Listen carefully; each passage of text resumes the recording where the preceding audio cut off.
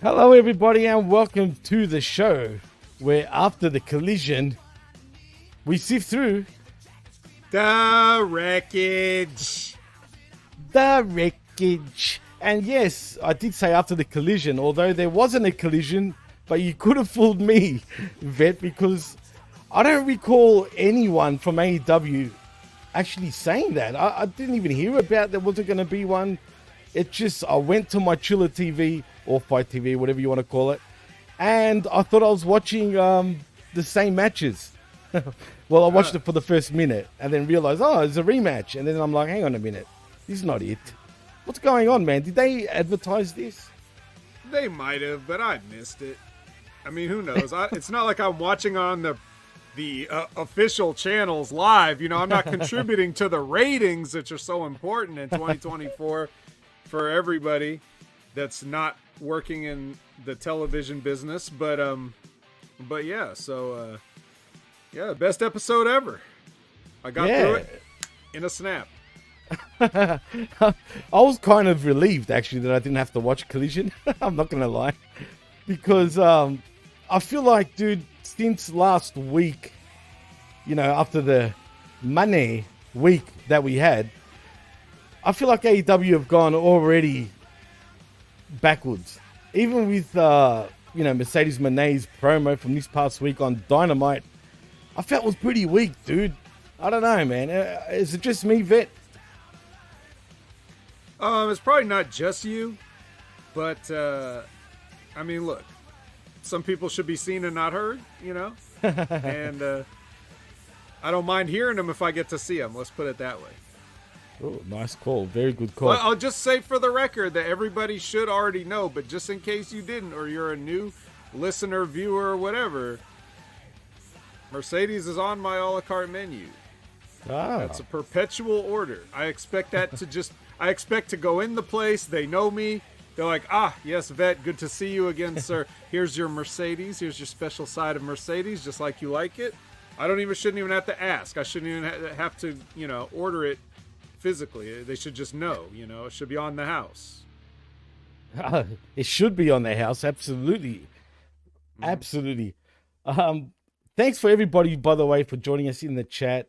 We got Cold Blooded in the house saying, first time, long time. Love Cold Blooded. Absolutely.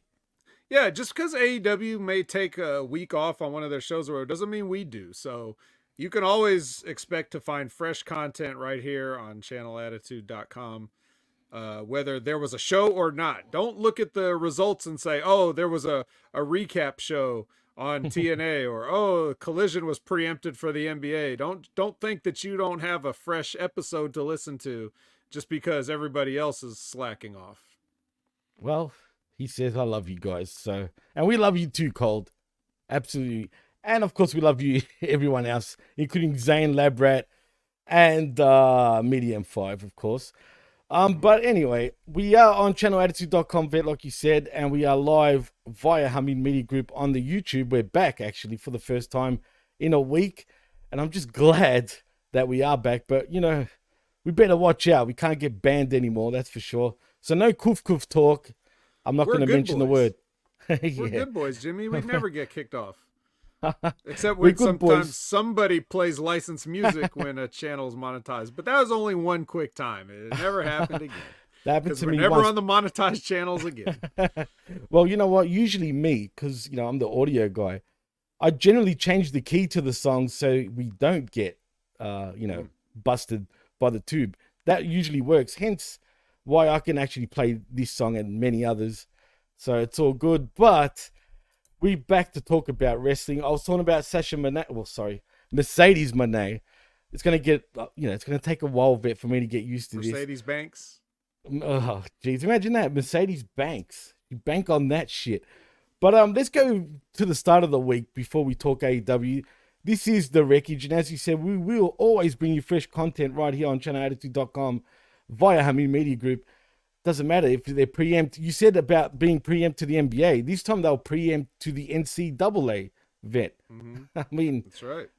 Even the amateurs get they bump off. That's AEW. bad, dude. I don't care what anyone says. I find that pretty bad when it's the NCAA. I'm not saying the NCAA is nothing. I mean, shit, it's one of the biggest things on television, whatever the sport, But still, I feel like that's just a slap to the face to TK.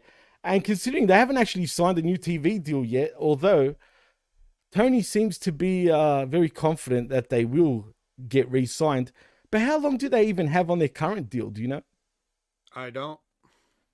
I don't. And I find it interesting because this was like, if you remember, when Dynamite started out, it was on TNT, and then they just got shoved off to TBS. Like, yeah, that's not a good sign. That was kind of weird.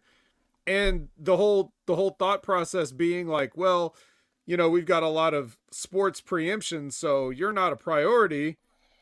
But then when they debut a new show, it debuts on TNT on Saturdays. Yeah, and then it gets preempted.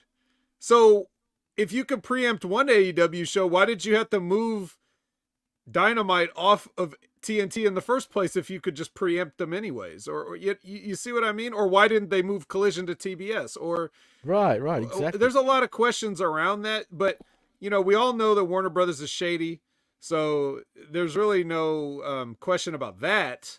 But it does make you curious, like what goes on with those kind of decisions. Right, exactly. Well, the professor's in the house. Welcome, Professor. He says supposedly till the end of year. Phew, that's the case. They better start, negotiating ASAP. I can't tell. I can see you've got Conor McGregor as your profile pic. Boy, has he been off his face in interviews lately. Have you seen him, Vet? My God, man, he's on some good shit. Put it that way. He's making a fool of himself. I saw Roadhouse 2024. Dude, I was going to watch it myself. I mean, is that any good? By the way, is it worth me watching? Nah, no. Really? Not really. I mean, if you want to, just go ahead. So it sucks. It's nothing. You saved 2 hours. Think about it this way. Without Collision, now you have this extra 2 hours of your life. Now you could fill it with Roadhouse or something else. It's up to you. All right, let me ask. Is this like a TV show or just a movie?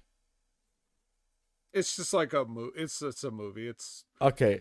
Does it compare to the first one? And it somewhat resembles the 1989 Patrick Swayze movie, but kind of also not. So, see, look, I was never the biggest Patrick Swayze fan, but Roadhouse, the first one, was the bomb. But I must admit, I actually liked Ghost too. There you go. Don't give me shit, guys. Jeez, but it was an interesting movie. Even though I was pretty young back then. Anyway, we're not here to talk movies, though. But apparently Professor thinks it's not a bad movie. Look, I'll think about it. I love the first one, but you give me sort of don't watch it vibes. Someone else also said it sucked. Was it you, D? I think you said it sucked too. Oh, yeah, but that's because my parents preferred the first one. It was what they said. Okay. Yeah. Anyway. Well, let's get to the start of the week of professional wrestling business, shall we, Vet? And let's talk Raw, first of all.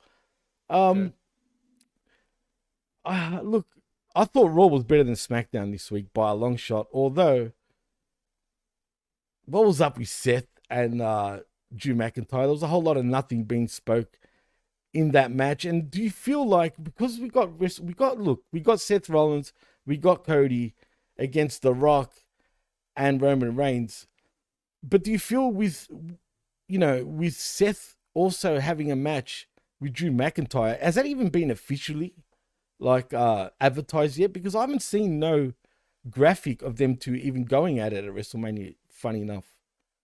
You're talking about Seth and Drew McIntyre, right? Yes. That's been... Yeah?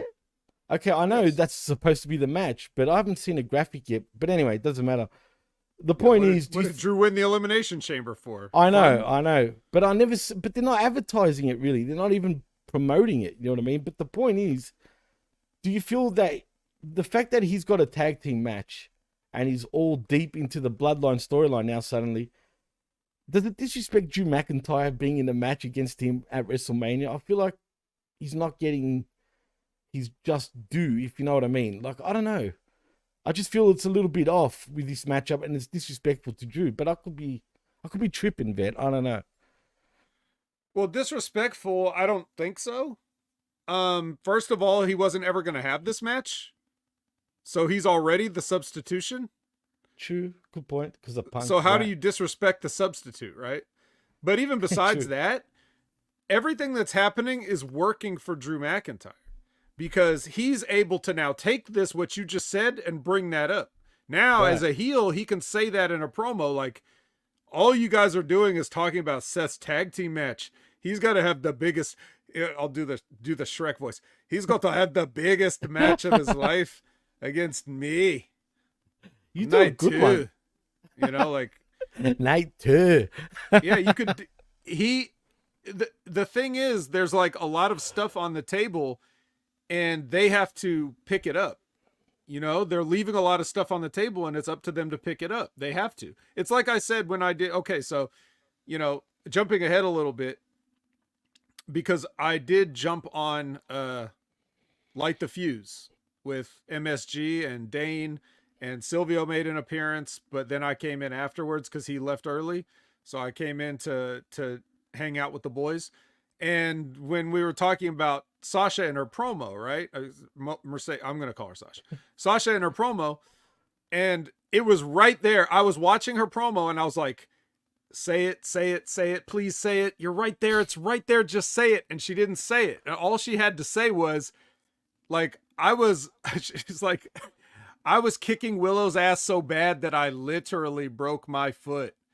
You know, like that was the money line. But Right. and don't disrespect. You talk about disrespect. Don't disrespect my money jokes with a fucking rim shot, Jimmy. You know the rim shot's disrespectful. Okay, so you No, save but that for your it's own a jokes. positive. All No, right, you fine. save that for your own jokes. So the point is, if Drew doesn't mention exactly what you said, because we still got 2 weeks. So if he doesn't bring this up, if he doesn't bring how the focus is not on him and all this other stuff, then he's leaving it on the table. And he should, everything that happens, they should turn that into something, you know, get people True. interested. Do you feel the build to WrestleMania has been a little lackluster, other than the Rock, Cody, Bloodline stuff? No, I just think that there's not, I think that the building they're doing, it's very hard to make it interesting, right? For one example.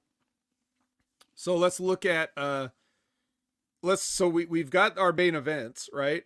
And then you've got, Becky versus, Rhea. Well, how much more can you really promote that? It's just, I'm going to fight you. But the problem is we've got this way too early now, because you have the chamber, but then you have like another month and a half, 2 months before you have the match. So now it's like, how are you supposed to keep this fresh without them getting in a fight? See, if you notice, they have not been getting physical really in the main stories. It's a lot of just talking and then walking away. And that's good, because I've always been saying, like, you're trying to sell fights, or you're trying to sell wrestling matches with fights. Right, right. And that's backwards. So exactly. You don't want to see him Yeah, if having you- a fight already. yeah, if you already had the fight, what do I care Right. about the match? You know, Exactly. it's so I like how nobody's getting physical, but then it just there's only so much you could do to keep it fresh. So what they're expecting it to be like, okay, well, this Becky versus Rhea is like a long time coming, so just keep anticipating it. Okay, that's kind of, they focus on it a little bit, but technically it's just not that interesting. You know, it doesn't have the sort of the history tied into it. Like No, Seth, you're Cody, Drew, Rock, Roman, all this stuff has history and backstory and stuff that they're playing into it, and Punk, you know, thrown in there. And that's all intriguing. But with the ladies, it's just, well, I'm going to have a match with you to see if I'm better than you. So I'm excited to see the match. However, the build can only go so far, right? Right. The thing with Bayley and Damage Control, well, they turned on Bayley, but Bayley was a heel. So is she just now a total babyface just because her friends beat her up? She's still been a bitch this whole time. So like, we're just supposed to start liking her. So that makes it awkward. Now I like what they started doing with Naomi and Bianca to sort of add a layer to it. But that only just happened this past Friday. Before this, it was like, oh, look, Dakota turned 2. It's just, they're putting effort in, but the effort can only go so far if it's not that interesting. So I actually think they've been doing a good job of trying to promote the matches. It's just they don't have much to work with, I feel, based on how they set it up. Yeah, you could say that. And the damage control stuff, man. Dakota Kai shouldn't even be in this position, in my opinion. I just think she's just not good enough for that position. Oh, But also, you're turning why? on her just because she's technically not Australian. No, I knew you were going to say something like that. No. Fucking sheep fuckers. No. Jimmy hates New Zealand. No, I don't. I love New Zealanders, actually, dude. I have a lot of friends from New Zealand, as a matter of fact. That's how we are, man. We give shit to each other all the time. You know what I mean? We call them sheep fuckers.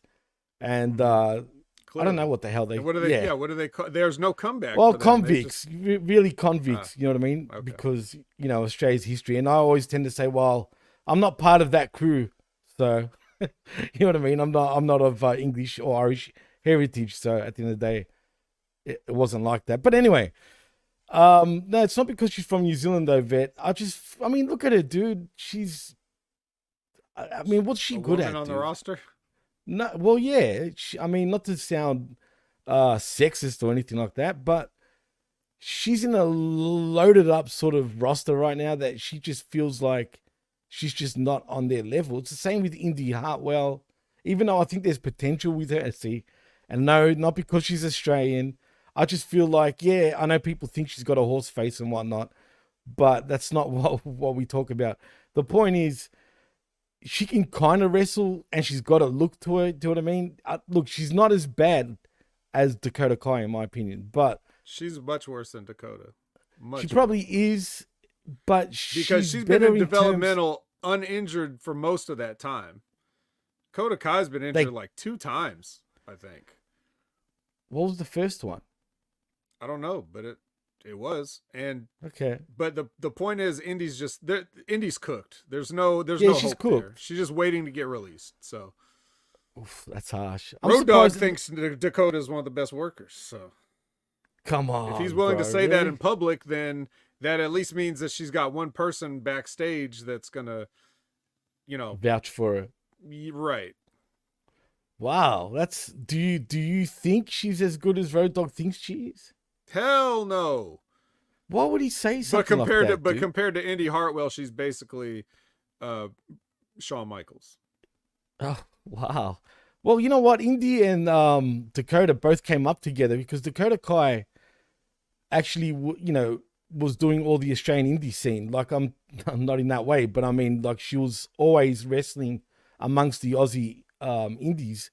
Well, when you think about it, in New Zealand, they don't have any indies that are worthwhile, if anything, right? So it makes sense for New Zealanders to wrestle in Australia anyway before the come up. So I remember both of them on the come up years ago, and they both called themselves the same names. They were both Dakota Kai and Indy Hartwell, and Dakota probably did have a lot more hype going in, but so did Indy. Indy was doing quite a bit, man, in the Australian indie scene. I'll give her that. I'll say that much.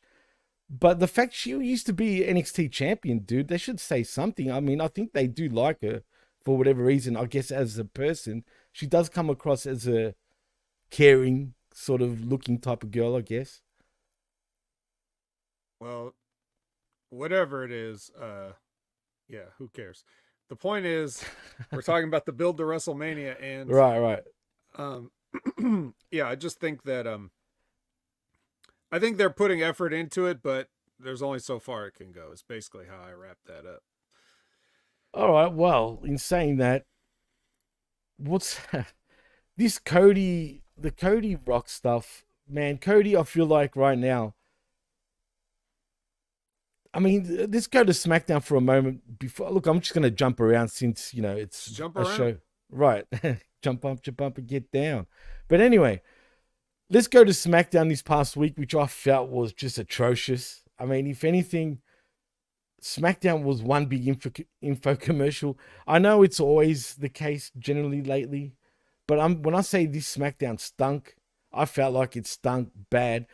And the promo between Cody and Roman, I didn't mind what Roman was saying, but Cody, I don't know, man. It felt like he was off in his promo. Was it just me? I just felt like he wasn't.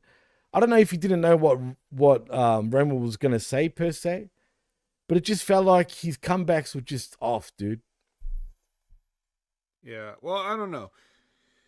This is part of the reason why it was important to pull the trigger last year, because you used all your best stuff the first time around. Facts. And this is what we get now. So thanks a lot. Thanks a lot. You ruined it, you know? Oh boy, that's bad. No, but really, he looked like a bit of a clown yesterday. I felt like Roman made him look like an idiot, and that's what he was calling him, a straight up idiot. And what the hell was Seth wearing when he came out? What was he wearing? He seemed like a throwback. He reminded me of someone from the past, dude. Kind of gave me Shawn Michaels vibes, but not exactly. If that makes sense. I don't know. It was just all red. I don't know. Seth dressing weird is really old news. I don't really have much to comment on that. It's going to be something different and weird every time you see him. So, like, there's really no point in talking about that. No, I just want to know what he was, man, because I've got my finger on it and I can't put my finger on it completely. I don't know. Maybe somebody can help us out. But John thought it was Scott Hall, but I didn't get that vibe either. But anyway, who cares? Like you said, why does, and this is my point, they make themselves look like fools. Oh, well, I'm not going to bring anyone unless you bring someone and blah, blah, blah. But they both lied. So what does that even mean? And where was The Rock, man? I felt like The Rock should have been here while Cody was there, but instead he avoids him. Well, this is one of those things where it's like when people are saying what they want about, oh, I don't want Cody, I want The Rock. And it's like, well, you know, Cody's going to be there. The Rock isn't. That's what you have to think when all these people are saying they don't want Cody to be the guy. You just have to remember that he's the one that's going to show up every week. Right. No, Roman right. doesn't even do it. So no, he doesn't. Whoa, I've gone black again. Uh-oh. Julia What's Hart. going on?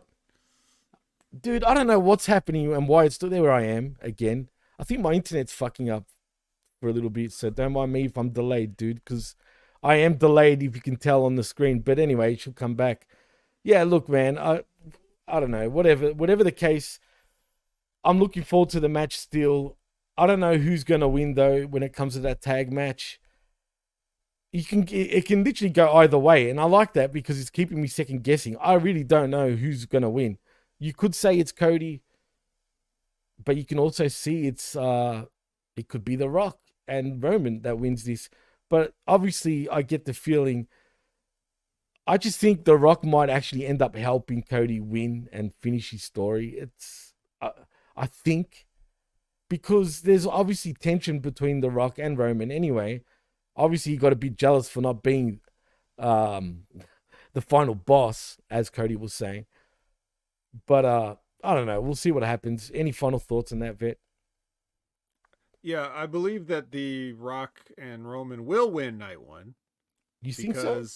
Yes, because they have to stack the deck. That's right. the whole if you're trying to tell a story about a hero overcoming odds, the hero doesn't just get to smash through everybody and then go over at the end too. You know, he's got to sell Makes for sense. a while. So night one will end on a cliffhanger of like, oh my God, how the hell is Cody going to win tomorrow? Because now the bloodline rules.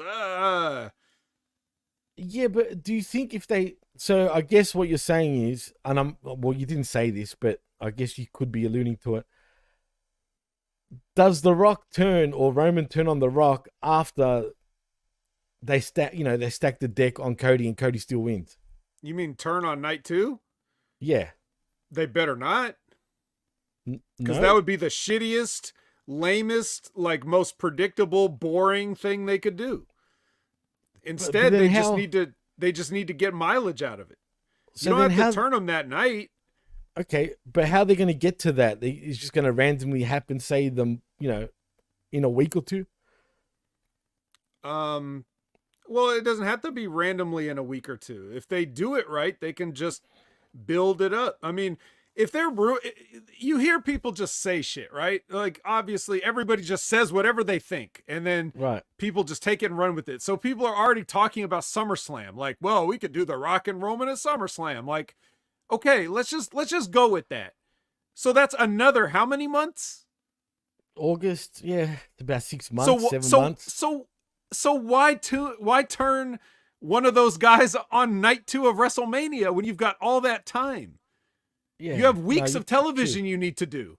So why would you waste, like, why are you shotgunning everything in one night? It's the basic thing should be, if it's bloodline rules, then everybody assumes that Cody is now, like at the disadvantage, but he could employ anybody to help him. Anybody that isn't busy because they already had a match night 1 or whatever. Like, let's say they do the brother thing on night 1 with Jay and Jimmy match, which I assume is going to be on night 1. So that means they have to, right? Because Jimmy has to be ready to interfere for the main event, right? On night 2. Right, no, for sure. He what if Jay crippled him and put him in the hospital? Then he wouldn't be able to help Roman win, right? So you need to have that match there, and then it can be a thing of like, well, now Jay is also free to help Cody because there's no rules, right? So it should just turn into, like, realistically, it should just turn into a war zone, like from the opening bell. Everybody should be out there fighting. Everybody should be getting crazy, and then it should finally settle down, and then Cody should finally win, right? And that could be because maybe The Rock doesn't turn on Roman, because that wouldn't make any fucking sense in the world. But maybe The Rock just fails to help Roman when he needs it the most. Maybe The Rock gets taken out. Maybe Roman blames The Rock for getting taken out and not being there for him. Or there's different ways that you can turn those two against each other if that's where you're trying to go. And you could tell that story over weeks and weeks and weeks afterwards, where they're communicating with each other on whatever. I'm not writing their whole shit out for them, but you see what I'm saying? They could be listening.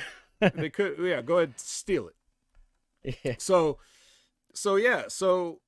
but I mean, that's basically how you have to do it. You have to put Cody in like the bottom of the 9th with 2 outs, 2 strikes. You have to put everything against him so that when he wins, and he fucking better win. You're because, not 100% oh my God, convinced yet, though. They cannot do this again.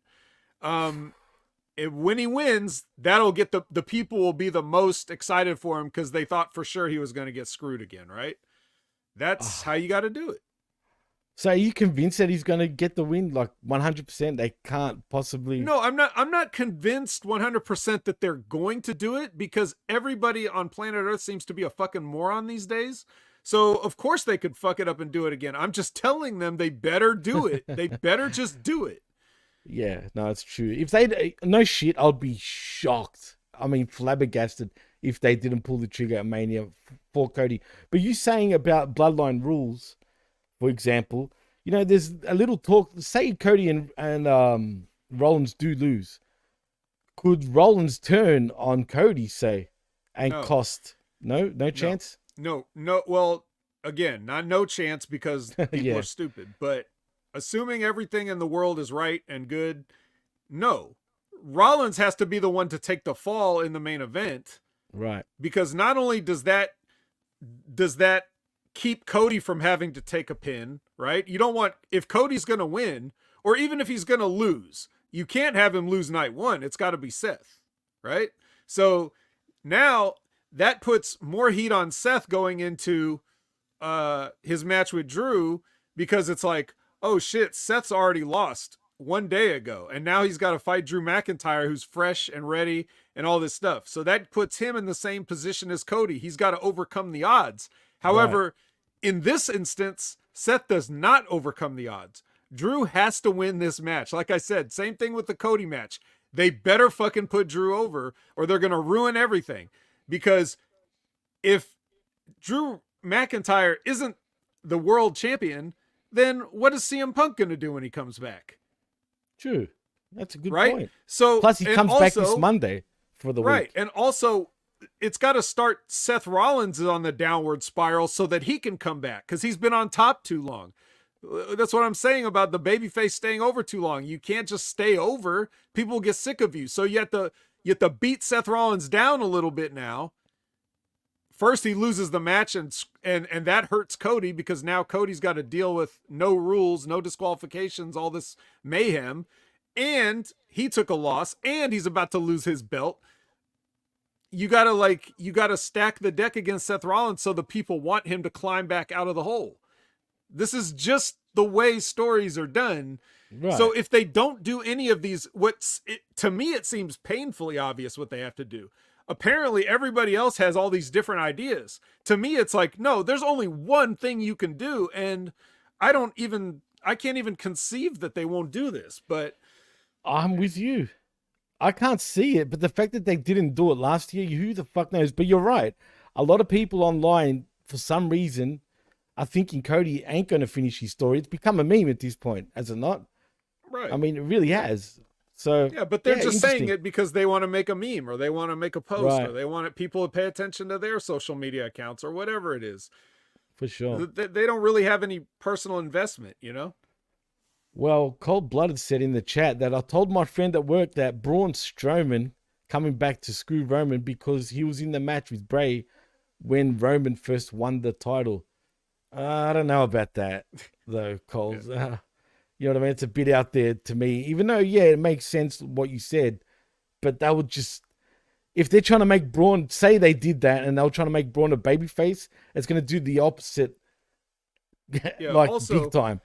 Also, just keep one thing in mind. They don't give a fuck about Braun Strowman. Nah, they don't. And really, I don't care that they don't. I know he looks great, but he's one of the dopiest dudes in wrestling in some ways, dude. I don't know, man. You know, with the shit that he used to post on social media with needles showing and all this shit. Like, after that, man, to me, he was just a pure dumb cunt. Straight up. But, yeah, look, I don't even know if he'll ever be back at this point. As far as I've heard he's ready to come back. They're just not come back. No, but they're probably gonna wait till Mania's over and then. Oh yeah, the Monday once after Mania's over, you need content. So and why, the Monday, why do everything all at once? Raw after Mania would be the perfect time to bring him back. Everyone will be chanting, "Get these hands, and we're off to the races." They'll think they like him for a few weeks and then they'll remember it's Braun Strowman. You know, dude, there's a little chatter. Funny enough, and I'm going away from the WWE stuff. I'm going into AEW. Let's go all over the place. Let's go all over. And look, there's no format for this show. Put it that way, peeps. Like I said, I literally thought there was a collision, and I was totally wrong. We're doing what AEW does. Last minute changes. We don't want to do this creative. You know, no, let's just fly by the seat of our pants. It really threw me for a loop because I would have prepared better for this show, like in particular. So. Don't mind the mess. I'm just going to go anywhere and everywhere. But there's been rumblings, and I don't believe it, but who knows, that MJF possibly could have already signed with WWE. Do you think there's any credence to that? No. None at all? You don't think he will ever go? I mean, not ever go. I think he will end up there eventually.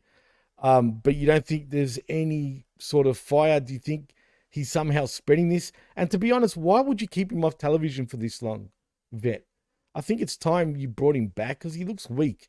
He was legitimately injured. Did he get legitimately injured from all that shit? Well, I mean, they said he did. So as far as you can trust them, then yes. And also, is to stick with AEW, well, I'm hearing that Jack Perry asked for his release, supposedly. This is what Tony Khan said to Meltzer. I have no idea.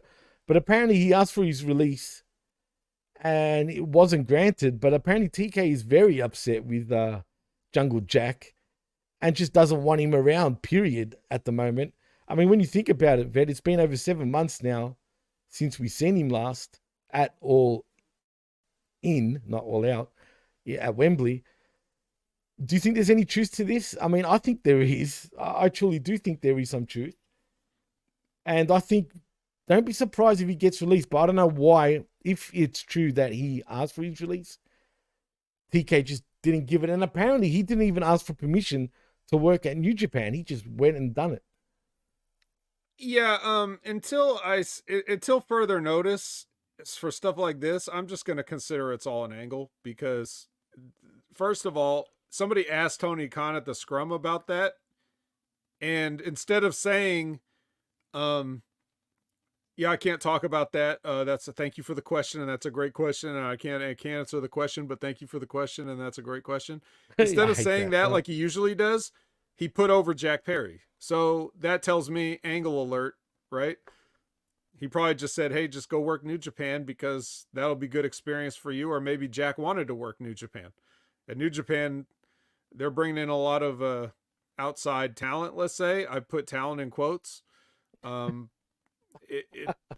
It's really bad. Watching the New Japan Cup was a chore I this know. year. It was bad, just dude. so like there's so many people there I don't care about right now. Is this New Japan of 2005, 2003 time, if you know what I mean? I don't know. I wasn't watching, so you'd have to tell me. Well, at the time, that was their down period bad. I mean, it was a shell of its former self coming off the late 90s and early 2000s. You know what I mean? Think about it. They're like, people are leaving there. Yeah, true. That's true. It's crazy, man. And maybe Tony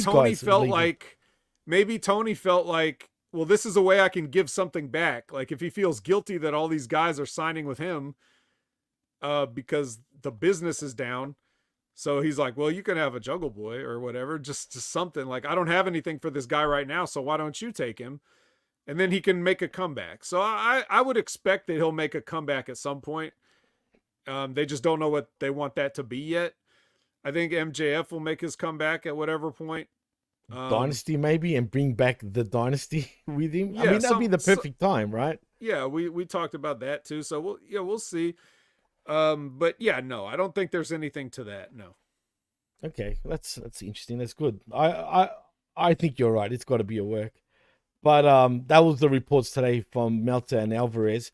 Also sticking with AEW, funny enough, Serena Deeb. I don't know if you saw this, Vet, but there's a little article going around saying that what she said about someone calling themselves the final boss. Funny enough, and I quote: "This is what she said. Funny thing is, I said that the final boss on Collision, right? And I remember her saying that. If you remember her saying that before The Rock actually said it, she said it on Collision, and we covered that. And then the following week, I don't even know if I can say this. Well, I can say whatever I want, and he stole it." As Deeb laughed and repeated the co-host saying the nickname was stolen. She goes on to say someone took it and you guys would know who he is. And obviously the mystery person she's referring to is The Rock. And you know what? What a prick. Because now that she says it, I remember her saying that, but I forgot about it.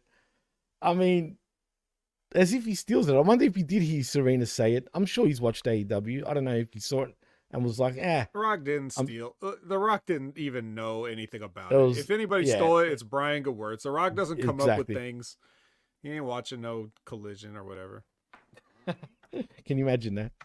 And I also said that I thought that because they called Meiko Satomura the final boss, I just assumed they were bringing her in for a match or two. So that's true. Maybe they just canceled that because The Rock said the shit on TV. So they said, you know what? We'll refund your plane ticket, Meiko. You can just stay. We're not doing it.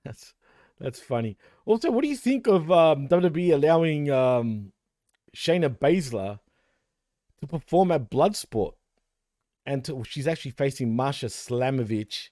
She's a pretty well-known name in the indies. Yeah, I know. Perfect. I'm actually worried for her in this match. I'm just saying, because Slamovich is a bit cray-cray, if you know what I mean. Her style is a bit, I don't know, man. I'm not a fan of hers. Masha Slamovich is a pro. She's like a Darby Allin. She knows exactly what she's doing, and she just chooses to do these things. I'd rather she didn't, but she knows how to work. Well, the point is, people seem to think this is a great thing that Triple H in particular is doing. But it's not like WWE haven't done this before. I've pointed this out. They've done this before. They've allowed their talent to actually work indies before, occasionally, right? It's rare, but still, it's happened.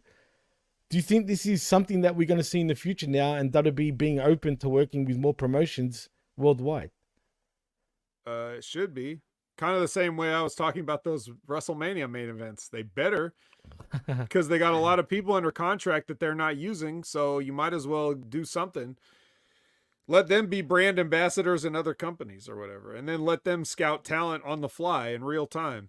See if there's anybody good in any of these other promotions that maybe one day can get a developmental contract. True. I mean, we'll see.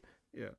But everybody that's been listening to me knows that I've been saying they just need to return to a system that somewhat resembles the territories, in which each promotion is like a territory and they can exchange talents as they see fit. Obviously you're going to have those guys like your whatever your main event guys that you have slotted, whether they're the Romans and the Codys or they're off the table. Yeah, but there's don't tell Apollo Crews that he can't go somewhere and do something if he doesn't want to, because you sure as shit ain't using him. So right, for sure. Unless you're doing it to get over El Idolo. So I just say, let's just keep it going, and see what else, there's going to be other people, AEW people at that show too, the Bloodsport show. And supposedly there might even be more from WWE and AEW added to the card. I also thought it was funny that Josh Barnett said that there's no leg slaps allowed at Bloodsport. So of course not. Inverted commas. Yeah, just like the band in WWE. Do you remember that? The no leg slapping? That was such a load of shit. They still all leg slap or thigh slap, sorry, whatever they do. And it's so obvious still when you look out for it. But anyway, it is what it is. Also, I found it interesting. Jade Cargill now officially part of the SmackDown roster, vet. Now, I was having this little discussion with John on the Smack Attack yesterday. And he thinks they did this because of Mercedes Moné. I don't think they did. Was it him? No, sorry. It could have been someone else, actually. But nevertheless, I remember having this argument. I'm like, no, come on. Why would they... That was two Dynamites before they said that Cargill was going to debut this week. I think it has nothing to do with it. But I was right. I did say they were going to bring her into the main roster. Do you think it's the right move, though, Vet? What do I say? Maybe this isn't what the person said exactly, but I'll paraphrase it with my own feelings. Like, if they're going to let Indy Hartwell on TV, don't tell me they can't let Jade Cargill on TV. I think she's much better than Indy Hartwell. Is she as bad? I mean, yeah, she's green. She can't lead a match. I'm talking about Jade Cargill, right? But she doesn't need to. Nobody leads she doesn't matches need to anymore. So whatever. Well, Elizabeth said apparently that they said Jade was SmackDown like 2 months ago. You're probably right. I don't know, but it's official now. Yeah, because they signed her, but then they just haven't been. She remember when she first used to just pop up on every show, and just to step in the room and get the crowd to go But then they stopped doing that for a while, and then now. But to John's perhaps point or whoever's point, they now that Mercedes has made her debut, they're like, oh, we have one of those too. We have one of yours here. Look, remember? Come on. Yeah. I don't care. I think Cargill's a much bigger deal than Mercedes. That's just me. The she's king not, of two. Though, but I mean, she's not on paper she per isn't. se. But I think Cargill will become possibly one of the biggest female stars ever, as long as she sticks the course, if you know what I mean, and she doesn't fuck it up. But anyway, the king of 2K24, aka Ben Shlomo, says, but I thought Jade quit WWE like the AEW idiots claim all over Facebook. I saw that she was just trolling everybody on Twitter, for example. First of all, Aaron Ben Shlomo, just delete your Facebook, okay? You don't need it. I strongly suggest that to everybody. Nothing good can come of having a Facebook.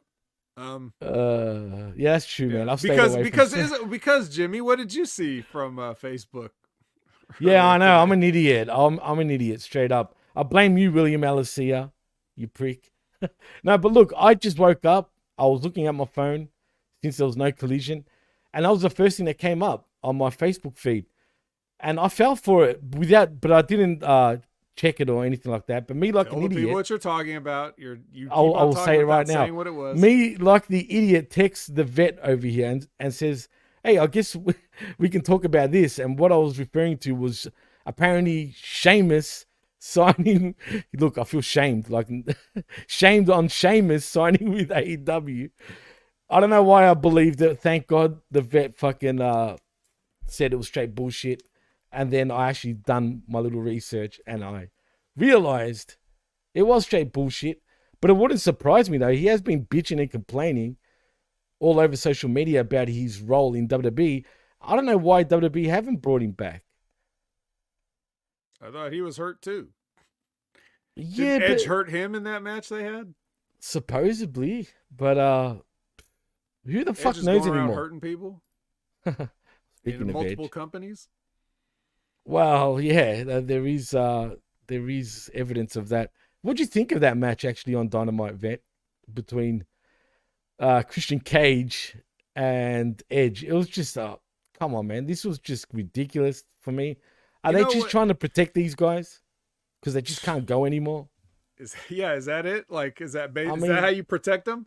It's funny because it's, you know, we brought up the parallels as a company of how not only WCW but ECW, the way right. AEW is like goes down the wrong roads at times.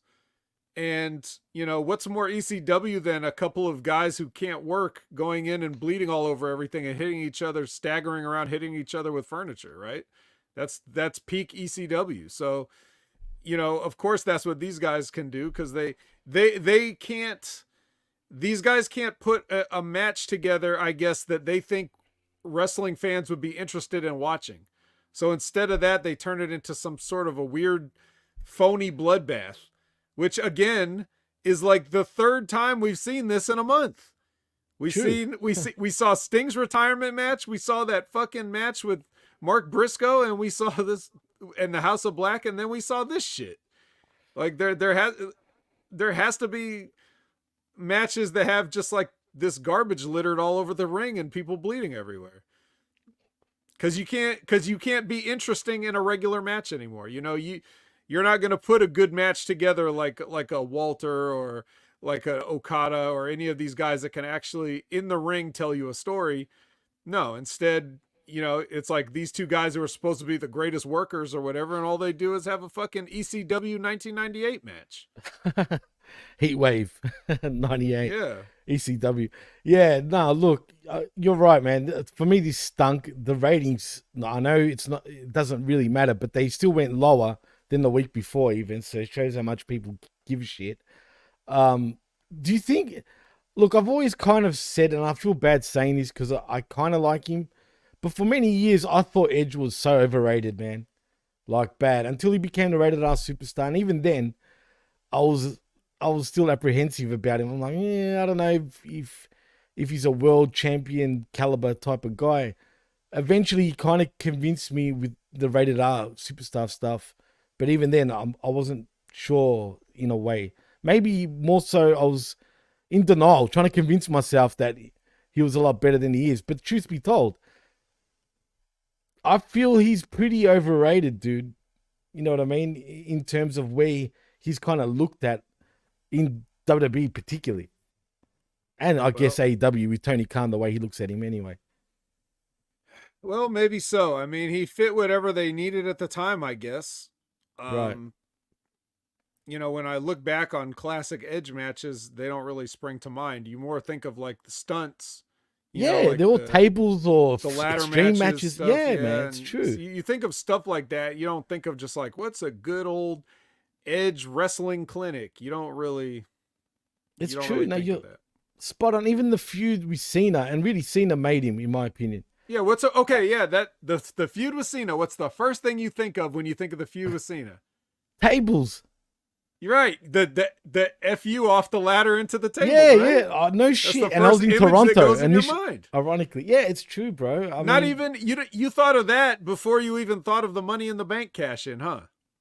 I remember the Money in the Bank cash in. That was a big deal.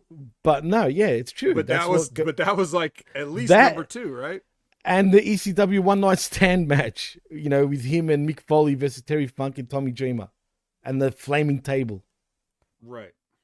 That's what I think of when I think of Edge. And initially the tag team pairing, obviously, of Edge and Christian. Right. Yeah, way after all that other stuff, you think of maybe a 5-second pose. And maybe the leader stuff, and even that is like third or fourth, maybe. Yeah, and I like that. The you know, the funny shit that they were doing with Kurt Angle, for example. But Kurt Angle stole the show with that shit, in my opinion. But see, a lot of people think Christian is one of the greatest workers, including his peers. I've read numerous wrestlers' books that praise Christian like he's the best thing since sliced bread. I know you're not the biggest fan of him, but the fact that all these workers are saying that about him, there's got to be something to it, or he's just a great guy. Obviously. Well, he must be good to work with, you know. But just for me watching him, I don't really put him up there that high for like my personal. Like, no, he's not top 20. Not even close. Not even close, right? No, I'd think of 50 guys I'd rather watch their matches before Christian, but I still.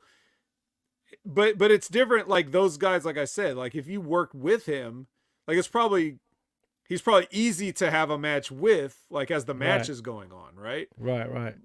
But the psychology of me just watching his matches, I often get quite bored. So he's boring. Or it's like I see the shortcuts. Like right. It's true. The shortcuts that he takes, or like, you know, the thing that made me just wash my hands like I'm done was that, you know, when the spot I pointed out where he's in the concerto and he's supposed to be knocked out and he's like pulling his pants up.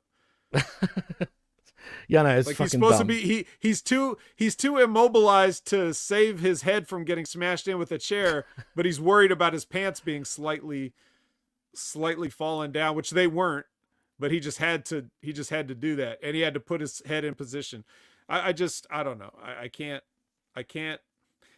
defend those guys, and I barely watched their match, to be fair.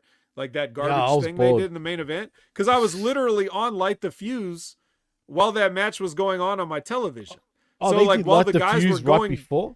the guys were going on the show, and like I'm sitting there and I'm talking about the stuff that happened earlier, like with Jericho and Hook, and over on my TV is like Edge and Christian on the screen, like over here. So I'm like looking off to the side with the sound off, and I'm just like just rolling my eyes, you know. Terrible. Well, speaking of what's it called? What was the match you just mentioned? The Jericho Hook stuff. What'd you think of that, man? Rotten. I would have as I said on Light the Fuse, what the match should have been, he does that opening suplex where Jericho gets dropped on his head, and then as the referee checks him to see if he could continue, Hook drags him out of the corner and chokes him out right there, and that's the finish. He should instantly beat Chris Jericho. You know, that doesn't work for Chris though, brother. No, I know it doesn't. But that's what's wrong with him. That's what's wrong with all these old Canadians hanging around too long. Perfect. Because ironically, all three of them were Canadians who we just spoke about. Well, let's move from Canada to Japan, but still staying with AEW. Are you happy that Okada beat Kingston? Yeah, I think it was interesting because, as again, I explained, in case anybody missed Light the Fuse, you can all go back at Light the Fuse, channelattitude.com, whatever. But I don't even know if they really knew. They must have known it. I don't know whose idea it was. Mm-hmm. But the thing first of all, this answers your question of the Triple Crown. Because obviously there are 3 separate belts, just like I assumed that they were. I was now you have your answer, one, Jimmy. You can stop asking every single time. There are 3 separate belts. So that's number 1. You and I both know they were alluding to those other 2 bouts were going to be formed into one, which was that Continental Breakfast bout, whatever it is. That I could have sworn they said that, but I guess nobody ever said that. Well, they were alluding to it or something. I've already said multiple times that no one ever said that. You just assumed it. You and everybody else who assumed that. But why would we all assume it? Because that's what everybody on the internet does. They assume things.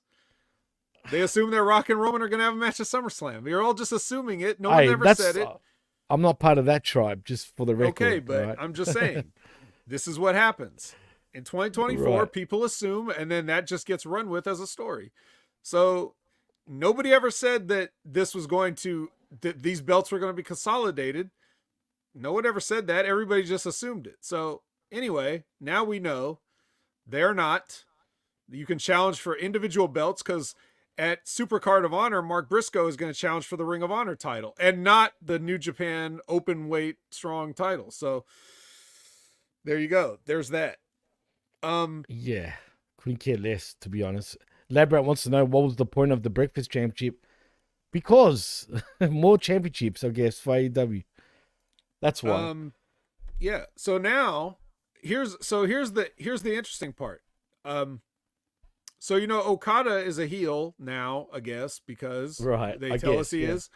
Most of the time he doesn't really do anything very heelish, but AEW has a lot of matches where there's a lot of goof off shenanigans or whatever. And that usually doesn't happen in Okada matches. When you watch Okada matches from New Japan, from his reign there from 2012 on, he's basically been in like big main event matches without any shenanigans or cheating or anything. It's Right. just one-on-one basic. He tells the story, 1, 2, 3.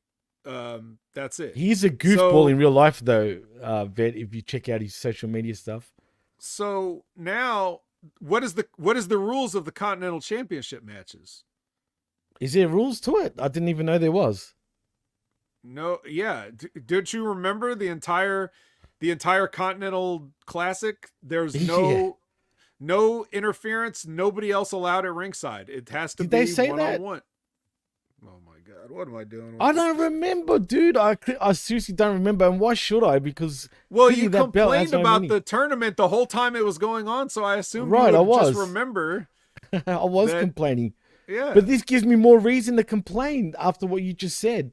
If there's no interference, do they even emphasize that? Do they say that? Do they even state that still to They this said day? it on Wednesday, and I must have missed it.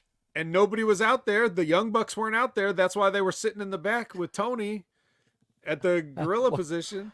And then so now here's the thing. So if you make Okada the Continental Champion, that means that he gets to have the Bucks. same kind of matches that he always had, and he gets to sidestep all of AEW's schmaz bullshit that ruins all of their other matches. So now you can get classic Okada matches in the middle of the programs, and you don't have to worry that somebody's going to run out and do a bunch of bullshit. So strategically, you think they done this on purpose? So then he doesn't have all the fuckery in his own matches? I think so. That's why. Wow. Why else would you just have him come in and win that right away? Right. Why I'm wowing about is because, wow, they've actually got brains. I mean, when you think about Well, it, so right? maybe it was Okada's idea because he doesn't like doing that bullshit. Otherwise, he would have been doing it in New Japan for the past 10 years. Yeah, maybe. But Why understands. wouldn't he cheat as a heel? Why wouldn't he have, people like Gato interfere on his behalf if he's a heel? But he never really did. In fact, him thumbing Eddie Kingston in the eyes is the first time I've really even seen him do anything like that. I've never seen him do that in any Okada match that I've seen, dude. Never, ever, ever.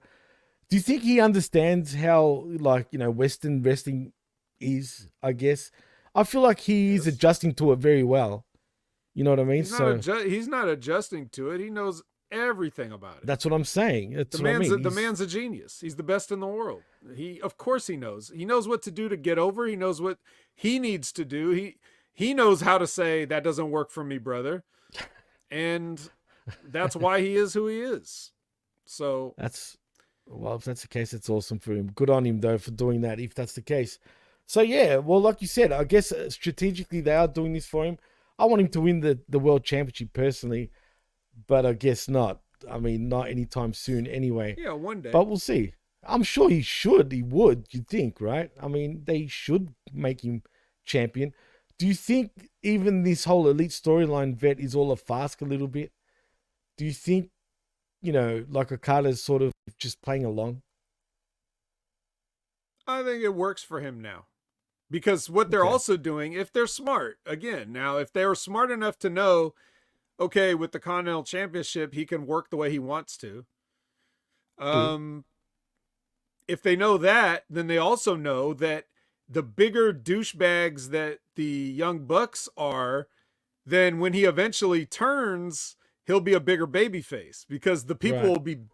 the people are already cheering him separately from them. If you notice, when he It's comes true. out, he gets a pop. Not them, who comes out separately. Right, right, right. Young Bucks come out, no reaction. Okada comes out, huge reaction. So they already separated him from the Young Bucks in their minds. The audience has. So now the audience is now going to wait. They're going to want him to leave them.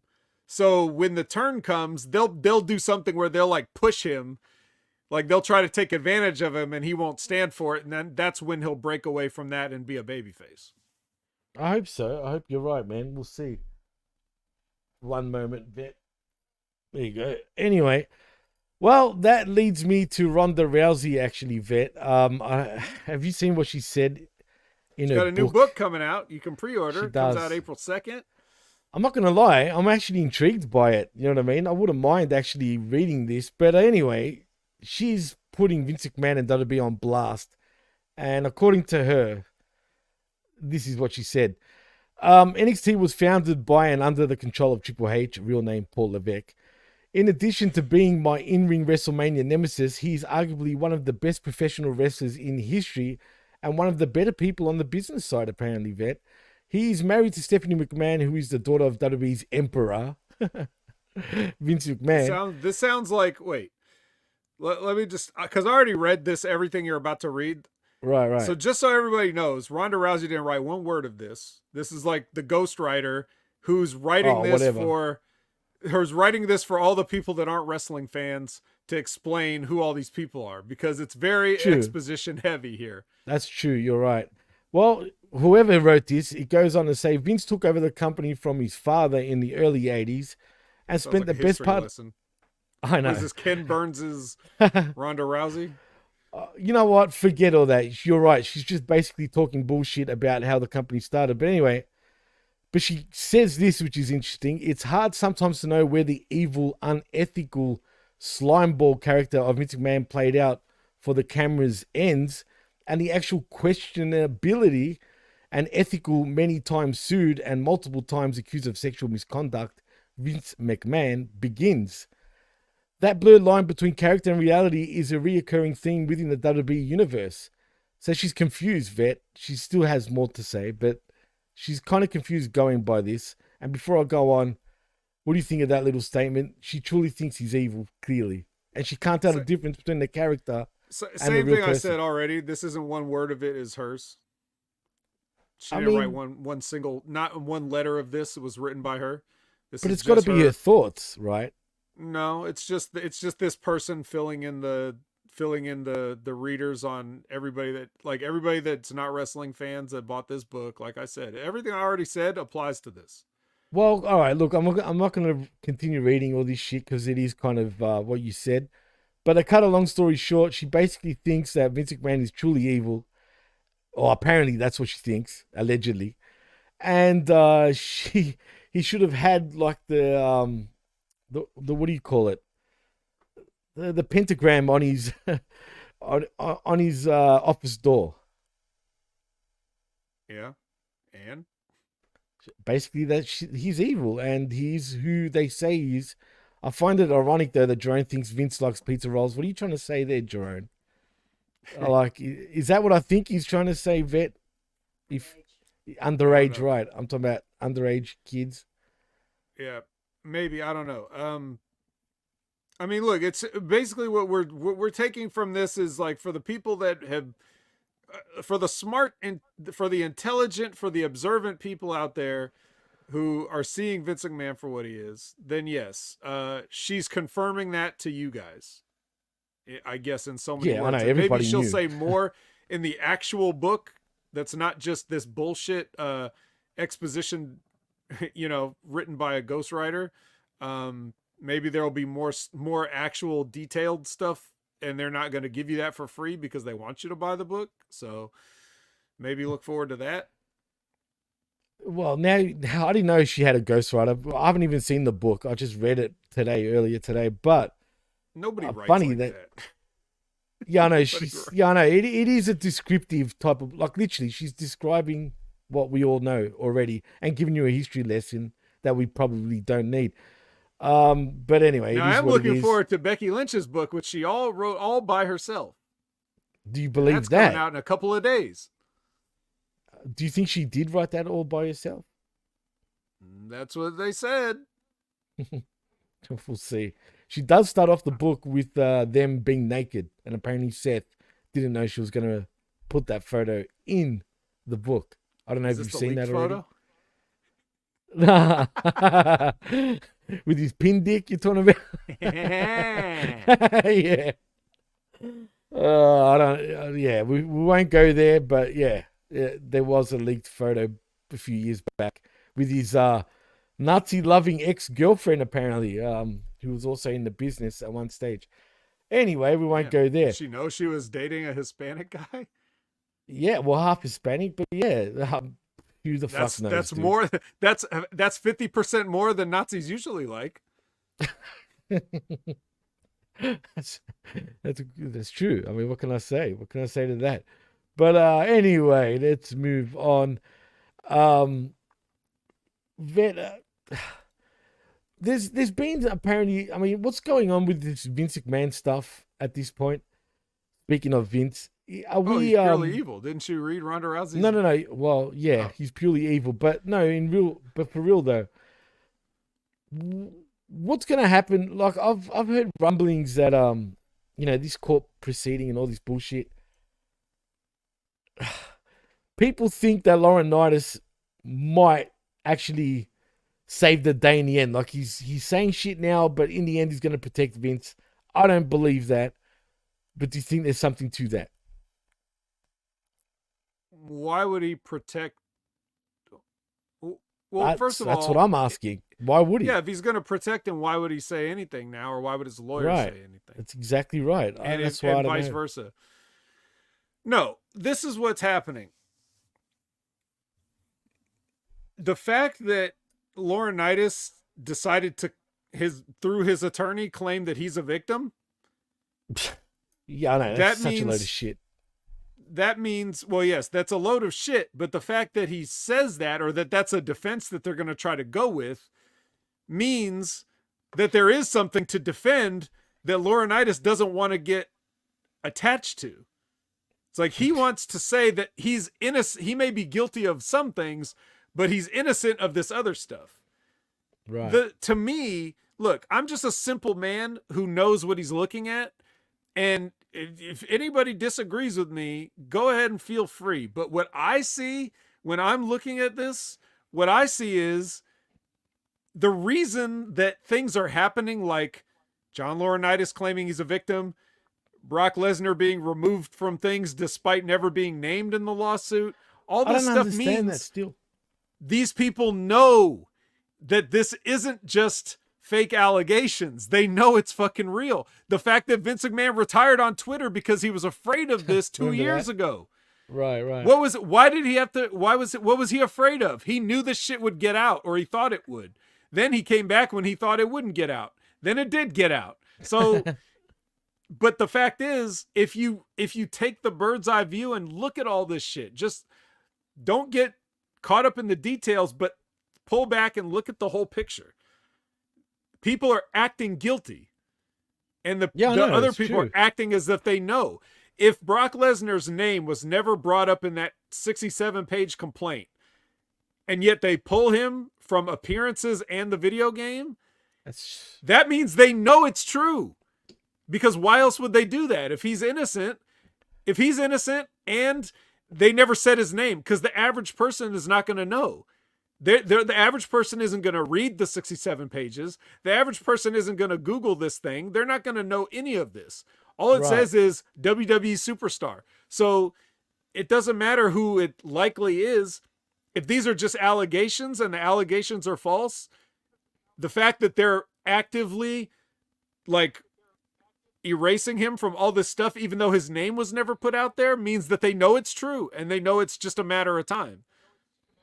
That's how I look at it. And it's the same thing with Laurinaitis. It's like, if this shit with Vince McMahon wasn't true, he wouldn't need to claim that he's a victim. He would just say they're both innocent. He would just be on Vince McMahon's defense team, or they would like be co-defendants or whatever. But the fact that he's saying no, that was him, not me, means that there is something to it. So I mean, it seems very obvious to me, but tell me how I'm wrong. No, I don't think you are. But also the see, and again, people on the internet always thinking what they think. You've got, Nick Khan also implemented because he knew and whatnot. Fucking the whole company fucking knew. When I say the whole company, just about everyone, even Ari Emanuel's daughter who works there, I bet knew. You know what I mean? But the point is Nick Khan in any danger of losing his position because he knew? And if that's the case, right, why isn't Triple H being called in yet? You think he didn't know? Come on. It's feasible that those guys could have known something without knowing details. Again, Vince isn't going to tell people everything, right? True.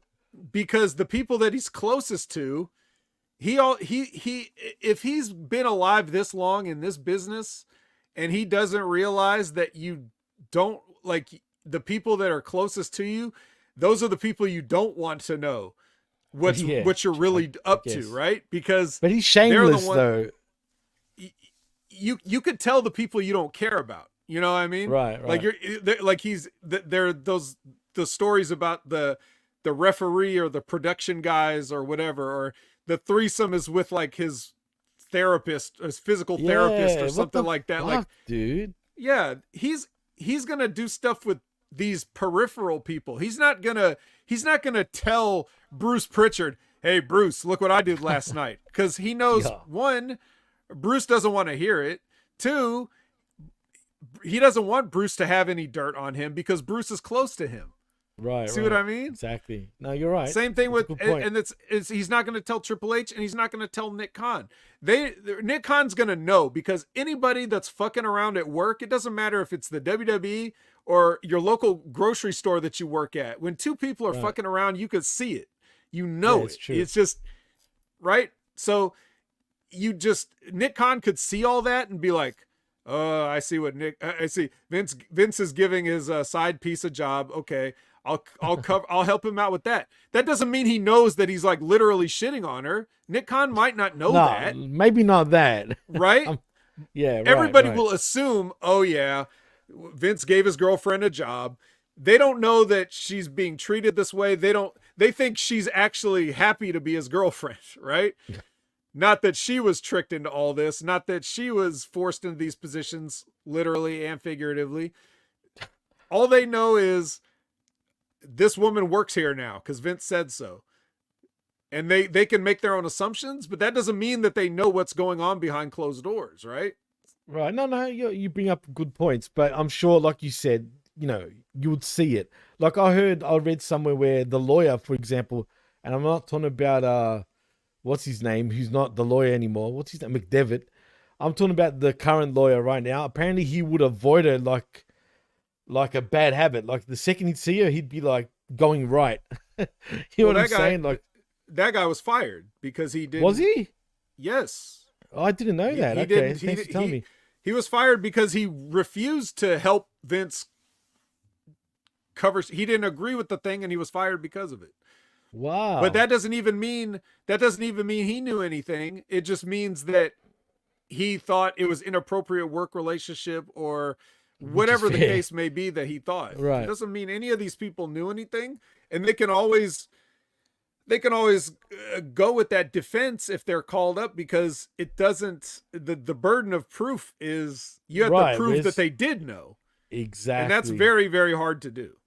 Unless if she's not going to testify, if Janelle Grant doesn't testify that Nick Khan knew something or that Stephanie McMahon knew something, if she doesn't testify that, then they'll never even have to really be questioned about it. Right. Who would have got these guys involved? Do you think just in general because they worked for WWE and they must have known something, say? Or did someone probably say something or alluded to something? What do you mean got guys involved? You mean like Well, Nick I'm Khan talking about and- Nick Khan and all that, right? Because if she, because of the job part of it. okay, Vince told that's her Vince told them give her a job. So right. they have to do the paperwork of like this is an Okay, all employee. right. That makes more sense. All right. And so Nick Khan was introduced to her as this is Vince introduces him as the fixer. He'll take care of anything that you The need, fixer. Right. right? It's So, just, you know, but that could be again, that Nick Khan might know next to nothing about what's actually going on between them, just that this woman needs an office position and, you know, we've got to get her set up with, you know, this department or that department or whatever, the legal department. That's where it started. Cause yeah, legal remember, department. don't you remember when they were calling her a paralegal and people were making paralegal Yeah. jokes? I'm sure I made paralegal jokes here on the air too. And I didn't know who this I'm was. sure you did. So it's like, Right. yeah, that was where she started and then got moved around. She worked at the XFL at one fucking point. It's like, so I don't know. But just to answer your question, I mean, in the end, I think the question you're asking is, are these people in trouble? And my answer is not necessarily, because they probably just didn't know the details of it. Right. And yeah, no, that's fair enough. Because that's bullshit if anything was to happen to them, obviously. But it is what it is. Also, in the chat, if you guys have any questions by any chance, please give us some questions because we'll be happy to answer them. So don't be shy. Actually, ask us some things. Because really, other than a few of those, what we just spoke about is, I mean, really, there hasn't been that much in wrestling really this week, other than all the builds. And I don't want to be real short. So if there's anything, you know, you guys want to ask, feel free to ask us, and we'll try to answer them, obviously. But is there any other news really, Vet, that's talk worthy? Because honestly, just looking around, I don't find anything else really. Unless you want to talk about not that it matters, because I don't think anyone cares. But Alex Coughlin announcing his retirement for some reason. What's up with that? Oh, I didn't hear about that. When was this? Yeah, this is now. It's just breaking. I was just looking on the Twitter, because sometimes Twitter can be a good sort of thing for news, like up to the second news, that is. But it says here, New Japan Bullet Club member Alex Coughlin just said he's retiring from pro wrestling. We wish Alex nothing but the best with life after wrestling, and thank you, Alex. That's via Dark Peruso Flosion on Twitter. But also I read it also on one of the dirt sheet sites as well. So I guess it's true, but yeah, why would he be retiring so early? We don't have any reasons yet, but he's pretty young, right? I mean, he is. I think so. I don't know. He definitely he was one of the first he was like part of the initial LA Dojo Young Lions when Shibata took over the training there. Right. So it was him. It was Carl Fredericks, who is now Eddie Thorpe in NXT. Right. It was what's the kid's name? Clark Connors. Oh yes, Clark Connors. And Was there another one? there was 4. It was Fredericks, Coughlin, Connors. Who's the 4th guy? I'm trying to think, man. I know it if I see it, but it's just not coming to me right now. Yeah. But yeah, Coughlin, he had like an interesting look. And he definitely had a good physique, and he seemed reasonably athletic, but he also always seemed awkward and stiff. And he even did a gimmick called the Android, where at least that made an excuse why he would be awkward and stiff. Do you think that's a rib on him because he couldn't work for shit? I mean, supposedly. No, I don't know. It was probably just, who knows, but yeah. So I guess, like, you know, that word potential gets thrown around, and it's usually bad. So That's true. So I will say that he had potential in the bad way, and he joined the Bullet Club, as part of like the David Finlay era, the War Dogs. Yuck. Yeah, gross. So it was just kind of doomed from the start. But whatever he decided to retire, maybe he just found out it wasn't for him. The only reason I gave all that backstory is because to make it through that harsh training, It takes a lot of work. that discipline training, and then it's just like, and you're just Throw it going all to give away. it all up. He would have had a job for life in New Japan. As long as he wanted to be a wrestler, New Japan would have kept. The New Japan doesn't just release guys, you know, Right, like, it's just true. because they feel like it. You know, that's the whole deal. It's like, if you go through the dojo training, you got a job for life. So he always had a job, and I guess after all that, he just, for whatever reason, whether it was injuries or something else may have happened, maybe a family emergency happened.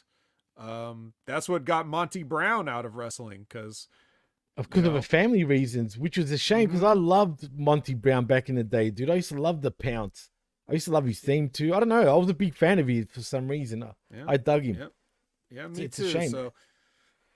So yeah, whatever it is with Coughlin, you know, like I hope he finds whatever he's looking for or gets things taken care of or whatever. But yeah, that's It's a shame.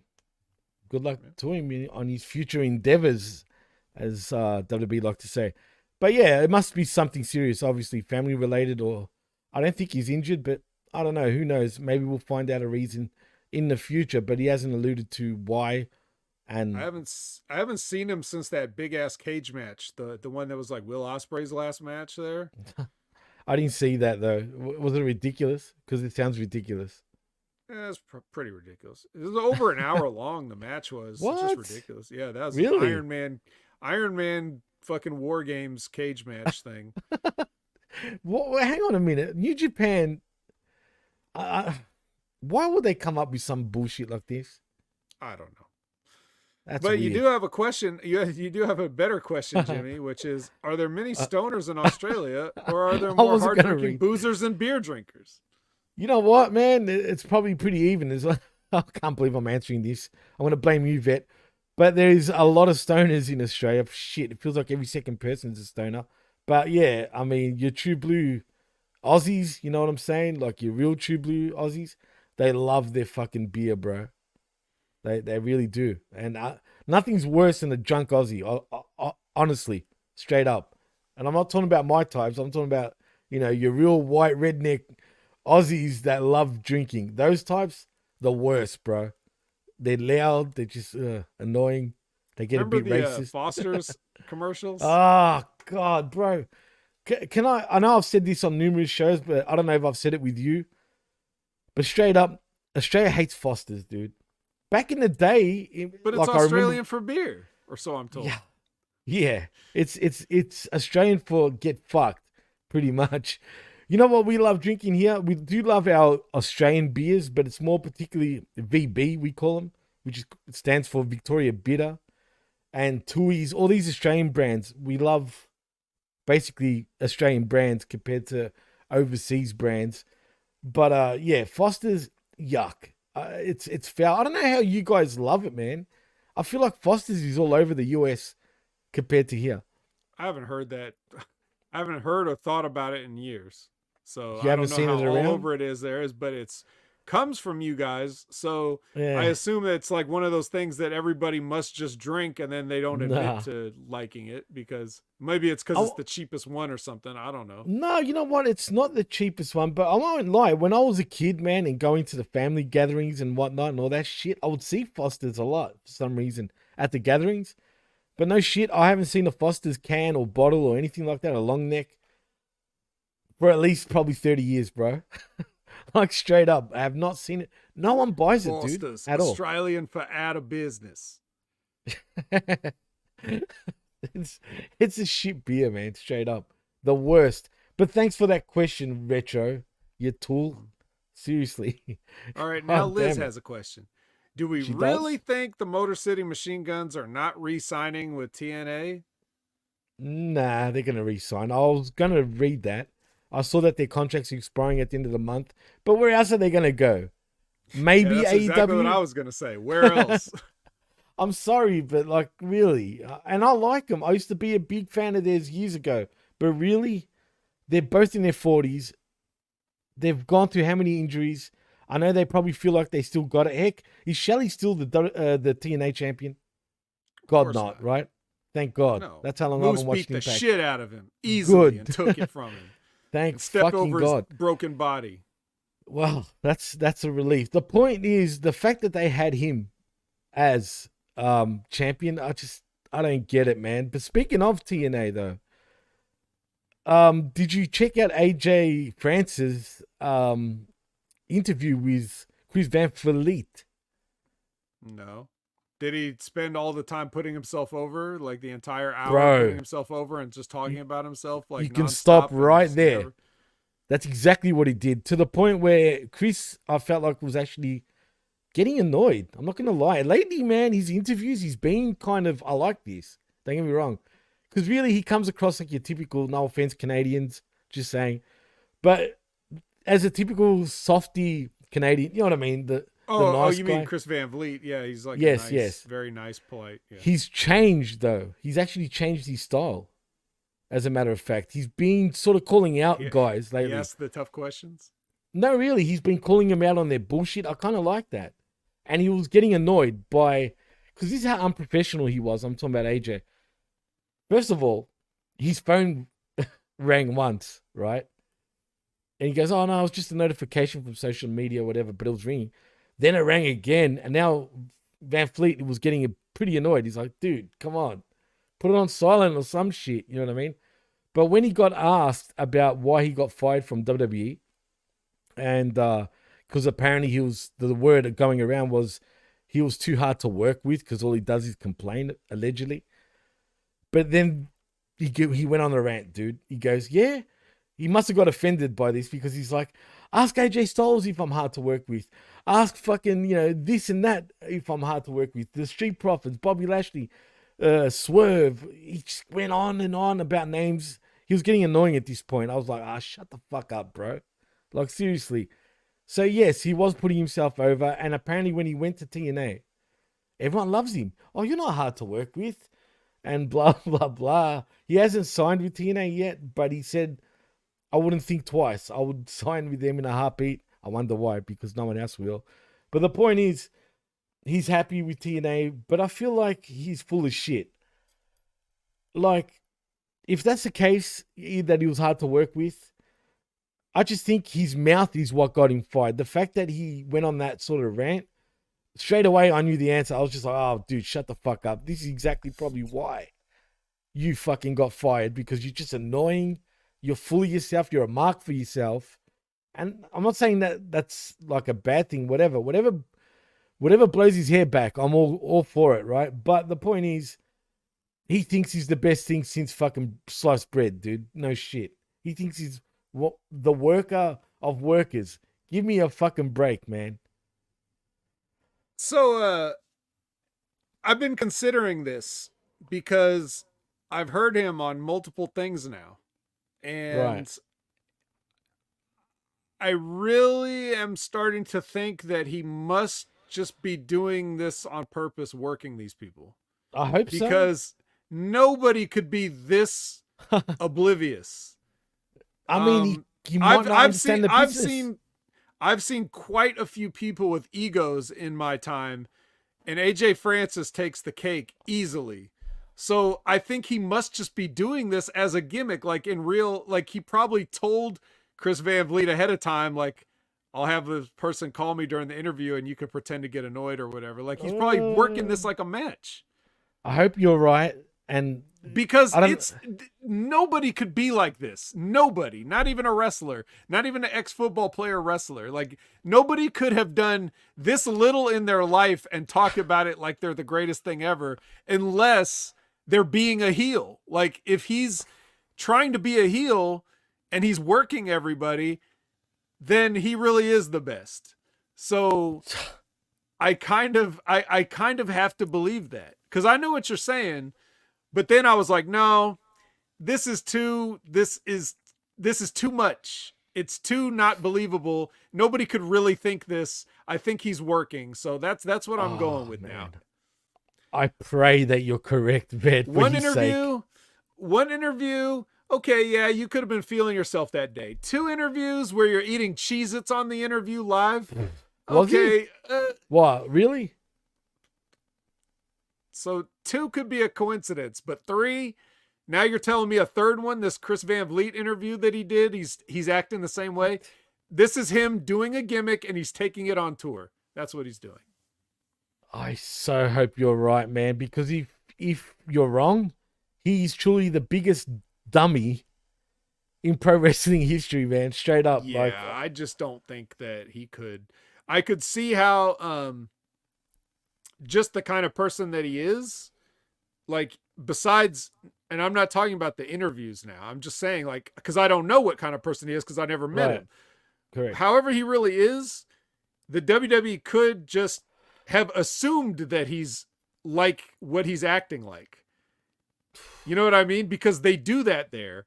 I've Right. seen it happen. I've seen where they think somebody is a certain way and that person is just doing what they think they need to do to get over, to be an entertainer, to fucked. be, and the WWE is like, "Oh, you think you're over, huh?" It's like, "Well, I'm just trying to make you guys money." Like the WWE are marks too. Like they will fuck with somebody if they don't, whatever. So I could see how they could think he's a certain way and then they just want to kind of release him,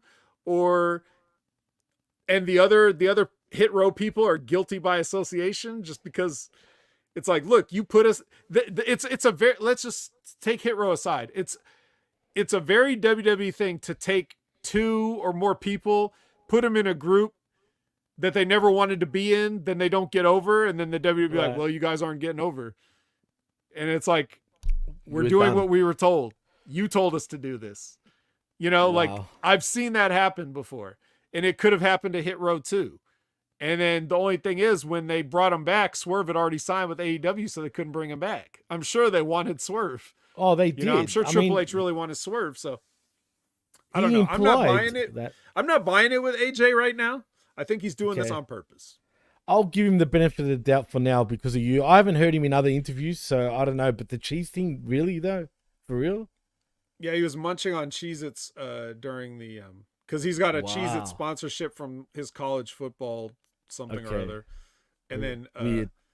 yeah, and so I was listening to it. It was on the Strictly Business episode. Eric Bischoff wasn't there, but his co-host was there, and he knew AJ from before, so he brought him in for the interview. And like, I could hear him, like, after he brought up I could hear him, like, talk about the Cheez-It championship, whatever. And then, like, as the host started asking his next question, I hear in the back, I was like, Jesus I'm like, Christ, this motherfucker's man. eating Cheez-Its right now. I got to check So that's that pretty out. funny. Do me a favor, check it out, man. I felt like it was just, I don't know. I think he worked Chris personally then, because I felt like he was getting pretty annoyed, but I could be wrong. But I think he probably smartened Chris up. I hope so. I really do hope so, man, for his own sake. But if he didn't, like I said, Cold-Blooded says, how the hell did he get that job hosting that old Treasure show? Yeah, like maybe that was a thing where they were just like, the WWE like was like, just get this guy the fuck out of our site. Or because he really was a good person for the job. Because when he was on that show, he didn't act like that. He just acted like a normal guy. So, all of a sudden now. I'll say one thing though, he's suspiciously on something, man. He was talking so fast, like when I say fast, dude, he was zooming, dude. I'm thinking, is he on Adderall or is he on something, bro? Well, he can't help it. He's just an amazing rapper, Jimmy. So they have to like constantly keep the old mandibles limber, Man, you got to check it out, dude. I'm telling you, he's flying, bro. Like he was flying somewhere. I don't know. He's on something. I'm telling you now, dude. But yeah, I'll give him the benefit of the doubt because of you. I'm hoping that's what he's doing. But now his music, on the other hand, is absolutely not good. Dog shit. Yeah, but he could be working. So He could be. Inverted commas. We don't know. Well, look, I hope you're right, man. That's all I'm saying. So check that out, people, and tell me if I'm tripping because It's kind of weird, man. In my opinion, he's just a weird cat. He loves FIFA too, by the way. He plays FIFA, and he's that much of a mark. He's got a ring, a championship ring that he won on FIFA, bro. Just quietly, AJ, if you're listening, I am the Division 1 champion. Just quietly. So Whoa. yeah, eat that. Yeah. Speaking of marks, look at me being a mark for myself. But anyway, that was that. That really stood out for me, actually. And I know I don't think we really spoke about this, but I know it was like last week's news already, but what's going on with Miro and CJ, man? Apparently, you know how they asked for the divorce proceedings happened apparently. Apparently, I'm also hearing they will split for a longer time than we thought. Do you think this means, and not that it matters because we don't see Miro anyway on AEW television, but does this just fuck everything up for the both of them? Do we not see CJ anymore? Pretty much. I mean, also, which we don't see since a few weeks back now, but I find that surprising. I wonder what happened. Did Lashley really get in there, or what the hell happened with them two, dude? Does the business the business proves it destroys friggin' marriages, dude? I guess, but at the same time, regular life destroys marriages. Nobody stays married anymore. Yeah, I know, that's another weird thing, and we're not here to talk about life and marriages, but yeah, it's true. Divorces are way up, bro. Like everywhere, like all around the world. As far as wrestlers go, it really sucks because it's like on the one hand, you don't want to be in a relationship with a wrestler because you're constantly on tour and they're always like, you either spend all your time together, and then you've also got that thing of like, you spend that much time together and that can make the tensions grow even greater. Then you also got the way wrestlers are, where they're always trying to get at people. They don't care if you're married or dating or anything or not. They want what they want, and you'll constantly have to be suspicious of your partner and all this other stuff. On the other hand, if you marry or date a civilian, if you're a wrestler and you're dating a non-wrestler, then you're gone all the time. You never know what they're doing when you're out. They don't know what you're doing when you're out. Like, you just spend time apart. Right. And it's not ideal. And they'll never understand. Right. Only a wrestler understands a wrestler, but wrestlers together don't always go together either. So you're kind of fucked if you chose this lifestyle. If you chose this lifestyle, I say get used to professionals. If you need any sort of release, let's say. Jeez. If you want to be hot and flexible, if you want someone that's hot and flexible, hire a professional. Don't marry her. And you know what? Last but not least, Vet, have you heard about what Kenny said about 5-star matches? And he's referring to Meltzer, actually, as a matter of fact, which I was surprised about because... Is another person turning on Meltzer? He's turning, bro. He's turned. Oh. I mean, I couldn't believe it. Have you seen it? Well, this is what he said. And there was a video going around, but I'm only giving you the short-sighted story. But basically what he said is that Kenny Omega today said 5-star matches shouldn't be handed out like candy. And Kenny will be rating matches now and will have a more strict star rating system. But when I watched the video also, funny enough, he also said, because it's not in the article, but he also said that his rating system is going to be based on everything, not just the match, but psychology, storyline, and all that stuff, which is how it should be, really. I mean, when you think about it. Which also Kenny doesn't know anything about. I know, which surprised me that he would say that, man. Like, I was like, wow. When has Kenny ever been in a storyline? When have any of his matches ever had psychology? Oh, God.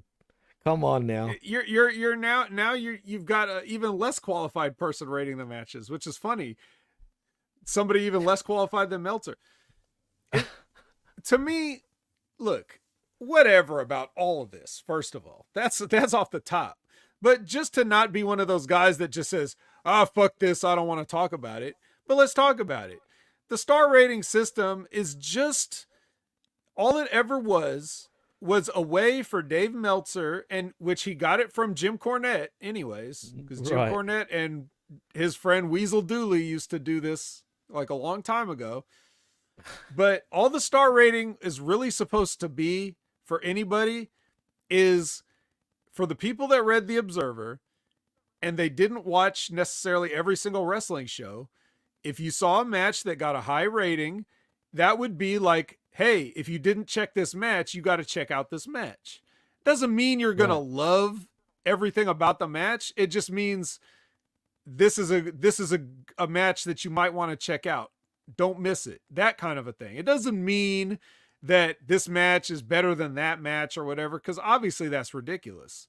Right. But for Dave and his opinion of what he thinks is like a standout match, okay, that's it. And if you don't agree, if you looked at, let's say going back to the 80s, let's say you got your paper copy of the Wrestling Observer and you looked at some match and he gave it 5 stars or whatever, and you watched the match and you didn't like it, well, obviously that's 2 different opinions. Now, if you look at another 5-star match and you don't like that either, and then you look at another 5-star match and you don't like it, well, after a certain point, you're going to like, well, I guess me and Dave Meltzer don't agree. And then you just don't think about it anymore.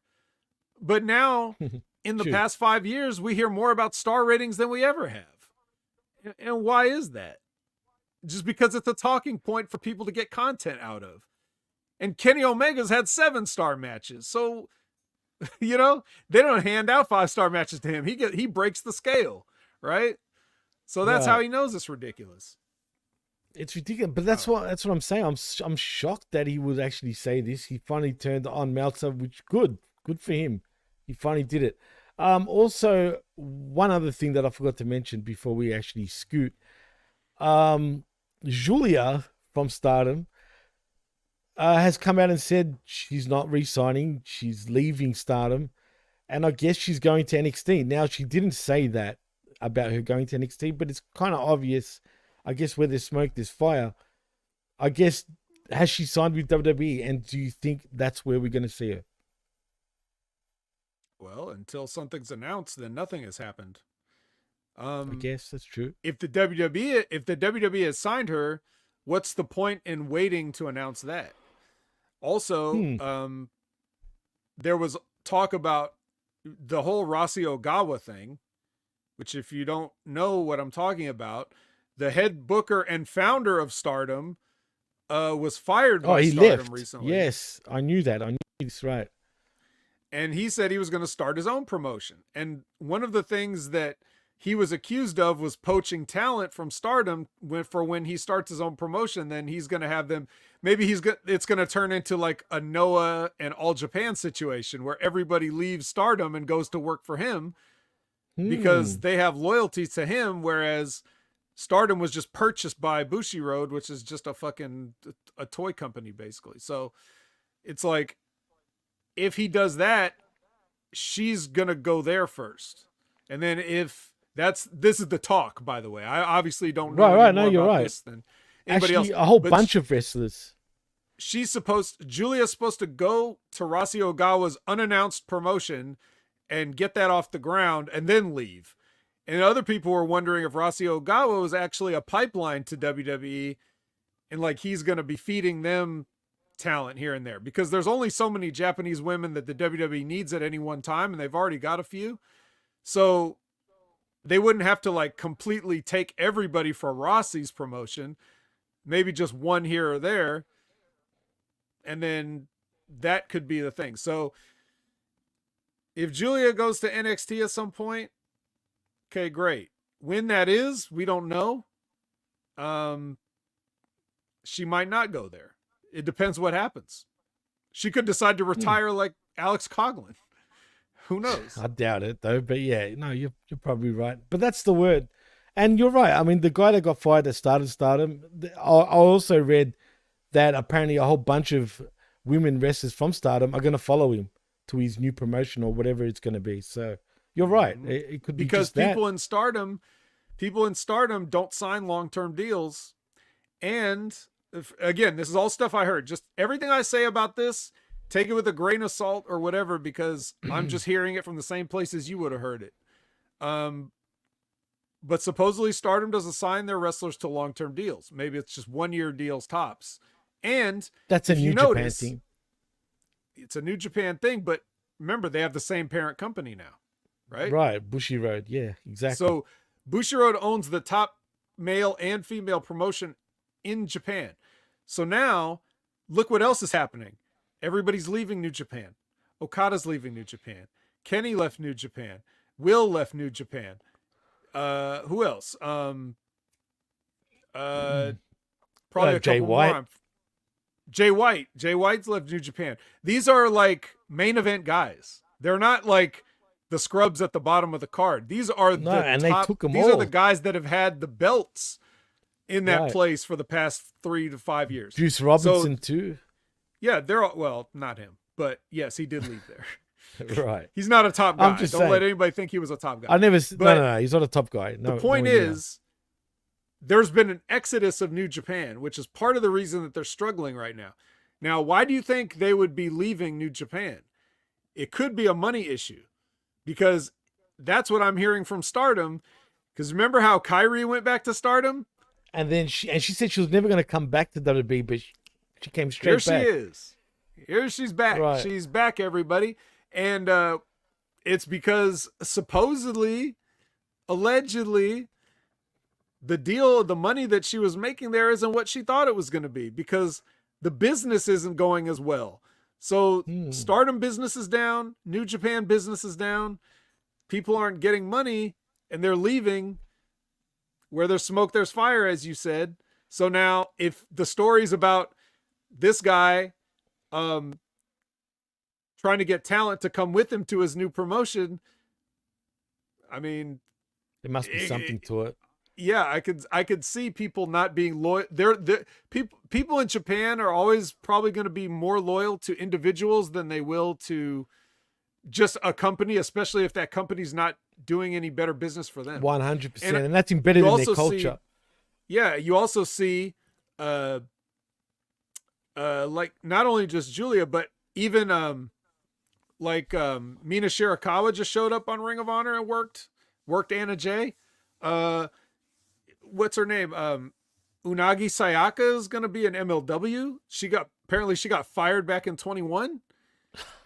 Really? Like, I don't know what's going on here, but a lot of people seem to be testing the waters elsewhere, so to speak. So, Well, if you were New Japan, right, especially, would you be upset with AEW and the partnership per se, or do you think AEW is doing him a favor, even though Tony doesn't see this way because he's just signing everybody that he thinks is a top name, even from Japan, because that's what he's essentially done.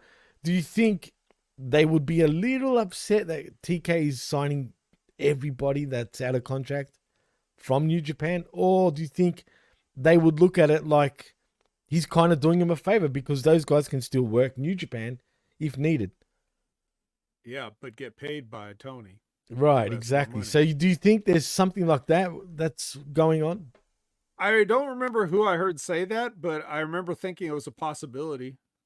Okay. I don't haven't remember who heard it was. anyone else Was it say maybe that, the but- professor Did he? or some? Maybe, yeah. I saw it somewhere out there. I don't think it was. Okay. It wasn't from no sheets or nothing. It was from like No. somebody we know. They said the idea of like you just funnel these people over to Tony Khan so he can pay them, Right. and then in return he can lend them back to you if necessary. Yeah, I think there's So- something like that. There has to be. But in a that's way, not going to because- help you. The only pushback I would have on that is that's not going to help you if your business is down in Japan right now and you need stars to draw people. Right. Now, if Big everybody's time, dude. leaving, it's like, who's going to draw?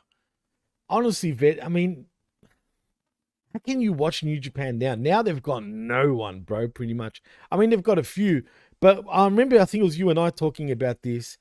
They failed to, and it's not their fault per se, because I think, I don't even want to mention the word, but the Kuf period back in 2020 really like fucked things up for Japan, like, or New Japan in particular, in terms of, like money and business in general.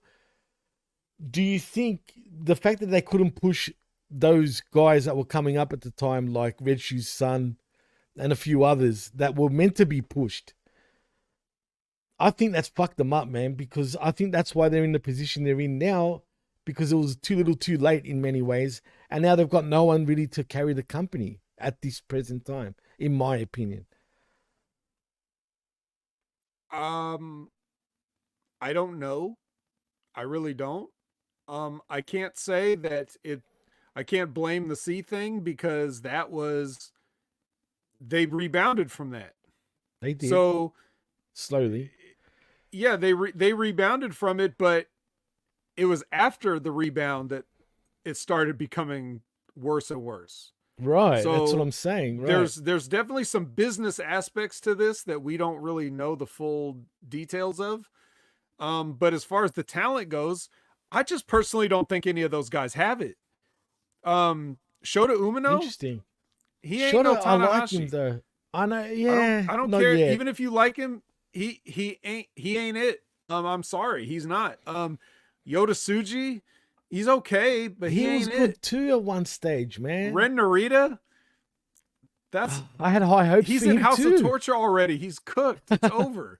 Like he had promise though, dude. He really did at one stage. I felt. And they tried to just make him Shibata, and that doesn't work. Then they turn him heel. It's not working. It doesn't. It's just their next generation is not looking good right now.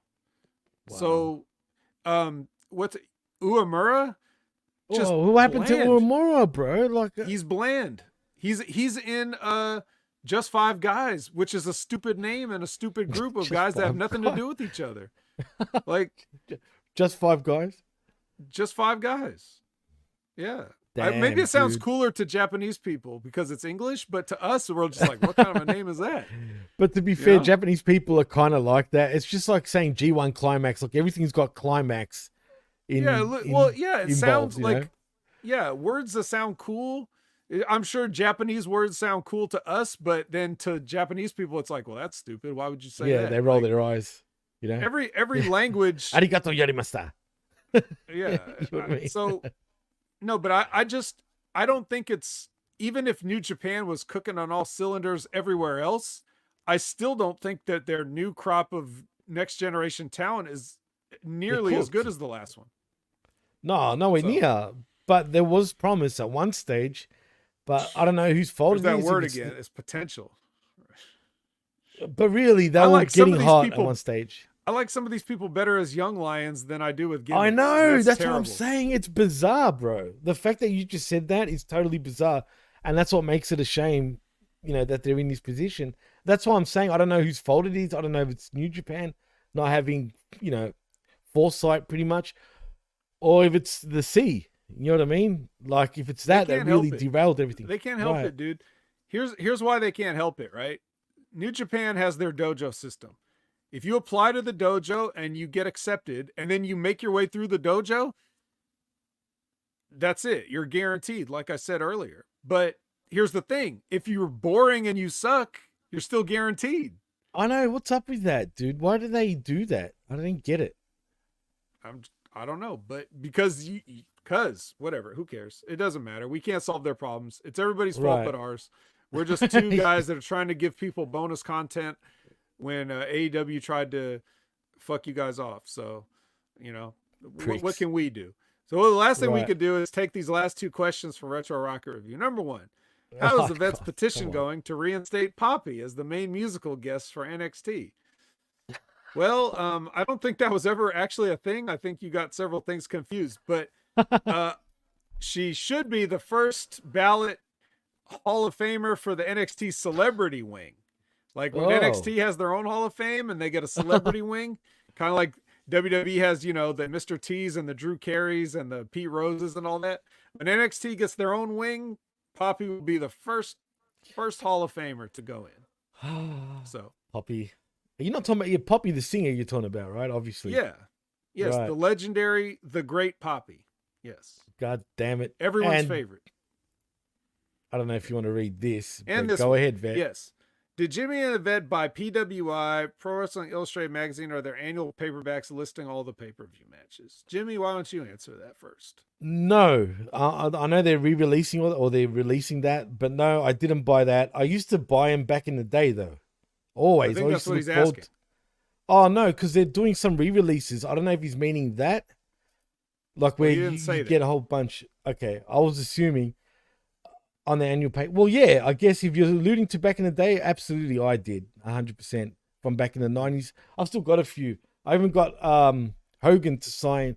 I got a signed Hogan PWI from I'm not gonna get it down, but from '96, and he signed it as Oh, Hollywood Hogan on the magazine. Yeah, he so should have ripped it up in front of you and threw it at you. like he used to do with the posters and shit. Hmm. Nah, look, man, I'll keep that. I mean, regardless of what people think of him, that's a pretty cool item to have. You know what I mean? But yeah, I used to. Vet, did you No, but really?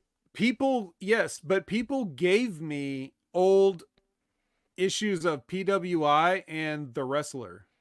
Oh, Uh, the wrestler. I had a few of those too. yeah, it was same basic magazine, but you It was know, the same just had a shit. different name. Yeah, Yeah. right. So I had some, but it's not like I ever bought them or anything.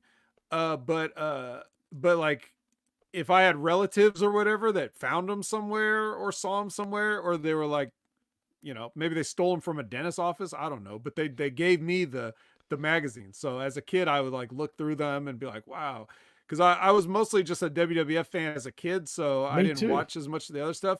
And that would be the places where I'd see like Dusty Rhodes, aside from Polka Dots, or Ric Flair, Right, right, or exactly. you know, stuff like that. Like anybody else, like I, and remember they used to have that like each promotion had like the Each top 10, promotion, bro, in black and white, like in the had the the top black 10 one. guys, and you're like, ooh. Every And they had like that's the weights and hometowns and stuff. yeah, bro. That was in depth too. That's how I found out who Jeff Jarrett was at the time. Hmm. Like I'm talking about before WWE and WCW, It was long like before that. USWA type. Yeah, Huh? like it would every single indie promotion and promotion in general was in that listing, dude. Like, you know what I mean? In the middle of the book, or I mean the magazine. Like you'd see all that. That's how I learned so many guys that I never heard of in my life, bro. But when You know you what? became, yeah, sorry, okay, continue. I say, you know what magazine I did get when I was like buying magazines, when I was old enough to buy magazines? Do you What remember? was that? Do you remember WoW, World of Wrestling? It was Yes, I like do. No, I do. kind Yeah, of newer, and it had like full color, yeah, it and was it all was like, color, right? yeah, the only other real magazine that was in full color at that time was like that I remember was WWF magazine, but they wrote that in kayfabe, so it was kind of like Oh, that corny. was pure kayfabe and very Yeah. corny.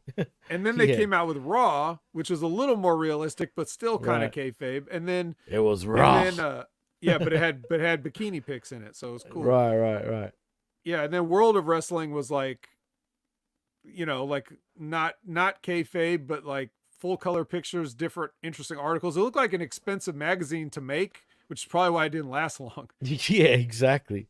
Spot on. No, 100%, man. I used to collect them all, dude, but the PWIs especially. Yeah, I went crazy on them, man. I mean, crazy. But then, I was that much of a marktard as a kid in wrestling that I'll destroy a lot of my magazines and then just put them up on my walls. I had a whole shrine of shit back in the day at my parents' house when I used to live with them, but when I was a kid, obviously, not later on. But yeah, man, I mean, I used to have them all, man, all the time. I've wasted so much money on pro wrestling in general. It's ridiculous, bro. It's no shit. But I've kind of stopped doing that. Sometimes I'll buy like just random fucking collectibles, you know what I mean? But not really. You know what I'm saying? But I love collecting trading cards generally. I haven't bought some in a while, but if I see them, I might buy a packet here and there. I've just always had a thing for that, especially basketball cards growing up and wrestling cards for that matter. But Vet, did you get into WCW in the 90s, for example? Like, when the wars were happening? When did you sort of get into WCW, if you ever did? WCW was about 95. Yeah, me too. Like I used to hate WCW. Super Brawl 5 was I think the first WCW pay-per-view I watched. And so everything from like 95 on, yeah. I used to hate WCW with a passion, dude. Even though I knew what it was, I knew what wrestlers were there back in the day before I actually started watching it. But honestly, once Nitro started, that's when I started paying attention. And then once, Hall and Nash especially made the jump, and Hogan actually back in 94 when he jumped first got my attention, but I used to feel like it was cheap. Honestly, straight out, I felt like he looked like a cheapened version in WCW at first, until Nitro and shit started up. Then, that was a completely different thing. But I used to hate it. It looked so dingy compared to WWF at the time. And I didn't understand the hype. I get it. It was better wrestling, especially the NWA days and whatnot. But I don't know, man. I was pro WWF all the way back then as a kid. And that's why, it kind of feels like the home team per se. But that's why, we're brutal on them too. We don't have no hate for AEW. I want AEW to succeed, but it is what it is. But in saying that, Vet, unless there's anything else we need to touch up on, I think we should call it a day. So in saying that, man, I know it's a shame that we're not, and I'm sorry to everyone that, if they felt the show was a bit all over the place, but like I said, this was a last second thing. I truly thought there was a collision, but there clearly wasn't. So here we are, but at least we still brought you some content that you guys should still enjoy. So Vet, tell them where they can find you, man, and what you're up to more specifically. Well, first and foremost, I never apologize. I'm sorry. That's just the way I am. You just apologize, motherfucker. Thank you. You That's did. A joke. I know. It's a Homer Simpson quote. So, yes, you can find me at Opinion Haver on all your favorite social media platforms or platforms in general. You can find me on the Next Level Wrestling Review every Wednesday at 8 a.m. Pacific, 11 a.m. Eastern with Big Ray Hernandez. And you're going to want to tune in this week because we may have a special guest. So just stay tuned. Oh, He's done it like an owl perfectly. Yeah. Yes, stay tuned for that. You'll want to check us out live 8 a.m. Pacific, 11 a.m. Eastern Wednesday. Next Level Wrestling Review special guest. Then coming up next will be tomorrow night at 6:30 p.m. Pacific, 9:30 p.m. Eastern for the Impact Attack with Brandon, where we talk about TNA wrestling and whether the Motor City Machine Guns are going to re-sign with TNA like they have a choice. And so that'll be very exciting. So you'll want to hang out with us there. I was on Light the Fuse this week, so if you missed it, check me out on Light the Fuse. As Ben Hamin was busy, but I was able to fill in on that show. And of course, there's always Wrestling with Rip Rogers every 8 a.m. Pacific, 11 a.m. Eastern on Fridays, where Rip and Von Lilas also take questions, just like we did here today a little bit, except they're prepared for the questions. So go ask Rip Rogers a question. Why wouldn't you want to ask Rip Rogers a question? It's crazy if you don't want to ask Rip Rogers a question. And then if you, if you follow that channel, then you'll see that he's been putting up stories about different territories, such as Portland and Mid-South and Florida, and whatever's next. You'll just have to stay tuned and find that out. And speaking of stay tuned, follow all of Stevie Richards' channels because he's got a bunch of them and he's got content for all of them. So keep in touch with Stevie Richards as we get closer to WrestleMania 40, when he's going to do his live watch along from his comfortable chairs that were sent to him. Good luck to him, by the way. Yeah, it's going to be crazy. 2 nights of WrestleMania, two comfortable chairs. I don't know. I wonder if he's going to have a co-pilot. You think we could get? You think we get lovely Miss Stevie on that? On the side by side with the watch along. Let's get a civilian perspective on what they're doing at WrestleMania. That might be interesting. And then she could just leave if it gets boring. So do you think they'll both fall asleep on these lovely chairs? Actually, they might. You got to tune in for that too. Tune in to see if Stevie falls asleep in the comfortable chair, which he already said he might. So that's awesome. Yep, that's basically everything, Jimmy. What about you? Well, funny enough, my camera gave out right at the end of the show. What timing? So if you want to find me, Julia Hart is here. Actually, no, it's not Julia, but it's Sky. Yeah, it's here. But anyway, if you want to find me, you can I don't know why I'm pointing, but you can see my profile pic up there in the top left corner of your screen where it says at DJ Mass Effects, and also at the PWC Network on the Twitter or X, Also, like and subscribe right here at channelattitude.com with $5. Not only do you get the realest talk, but the best talk in all of wrestling. HaminMediagroup.podbean.com for all our affiliate shows, and also at the PWCnetwork.podbean.com for all of the PWC shows, which apparently is having issues, which thank you for telling me that, Vet. I've got to check that out now. But that's a wrap. So in saying that, I am Jimmy T. That is the Vet, Jamie Williams, and you've been listening and watching the HMG Saturday Night Wreckage right here on channelattitude.com via Hamin Media Group, and we're out. Peace.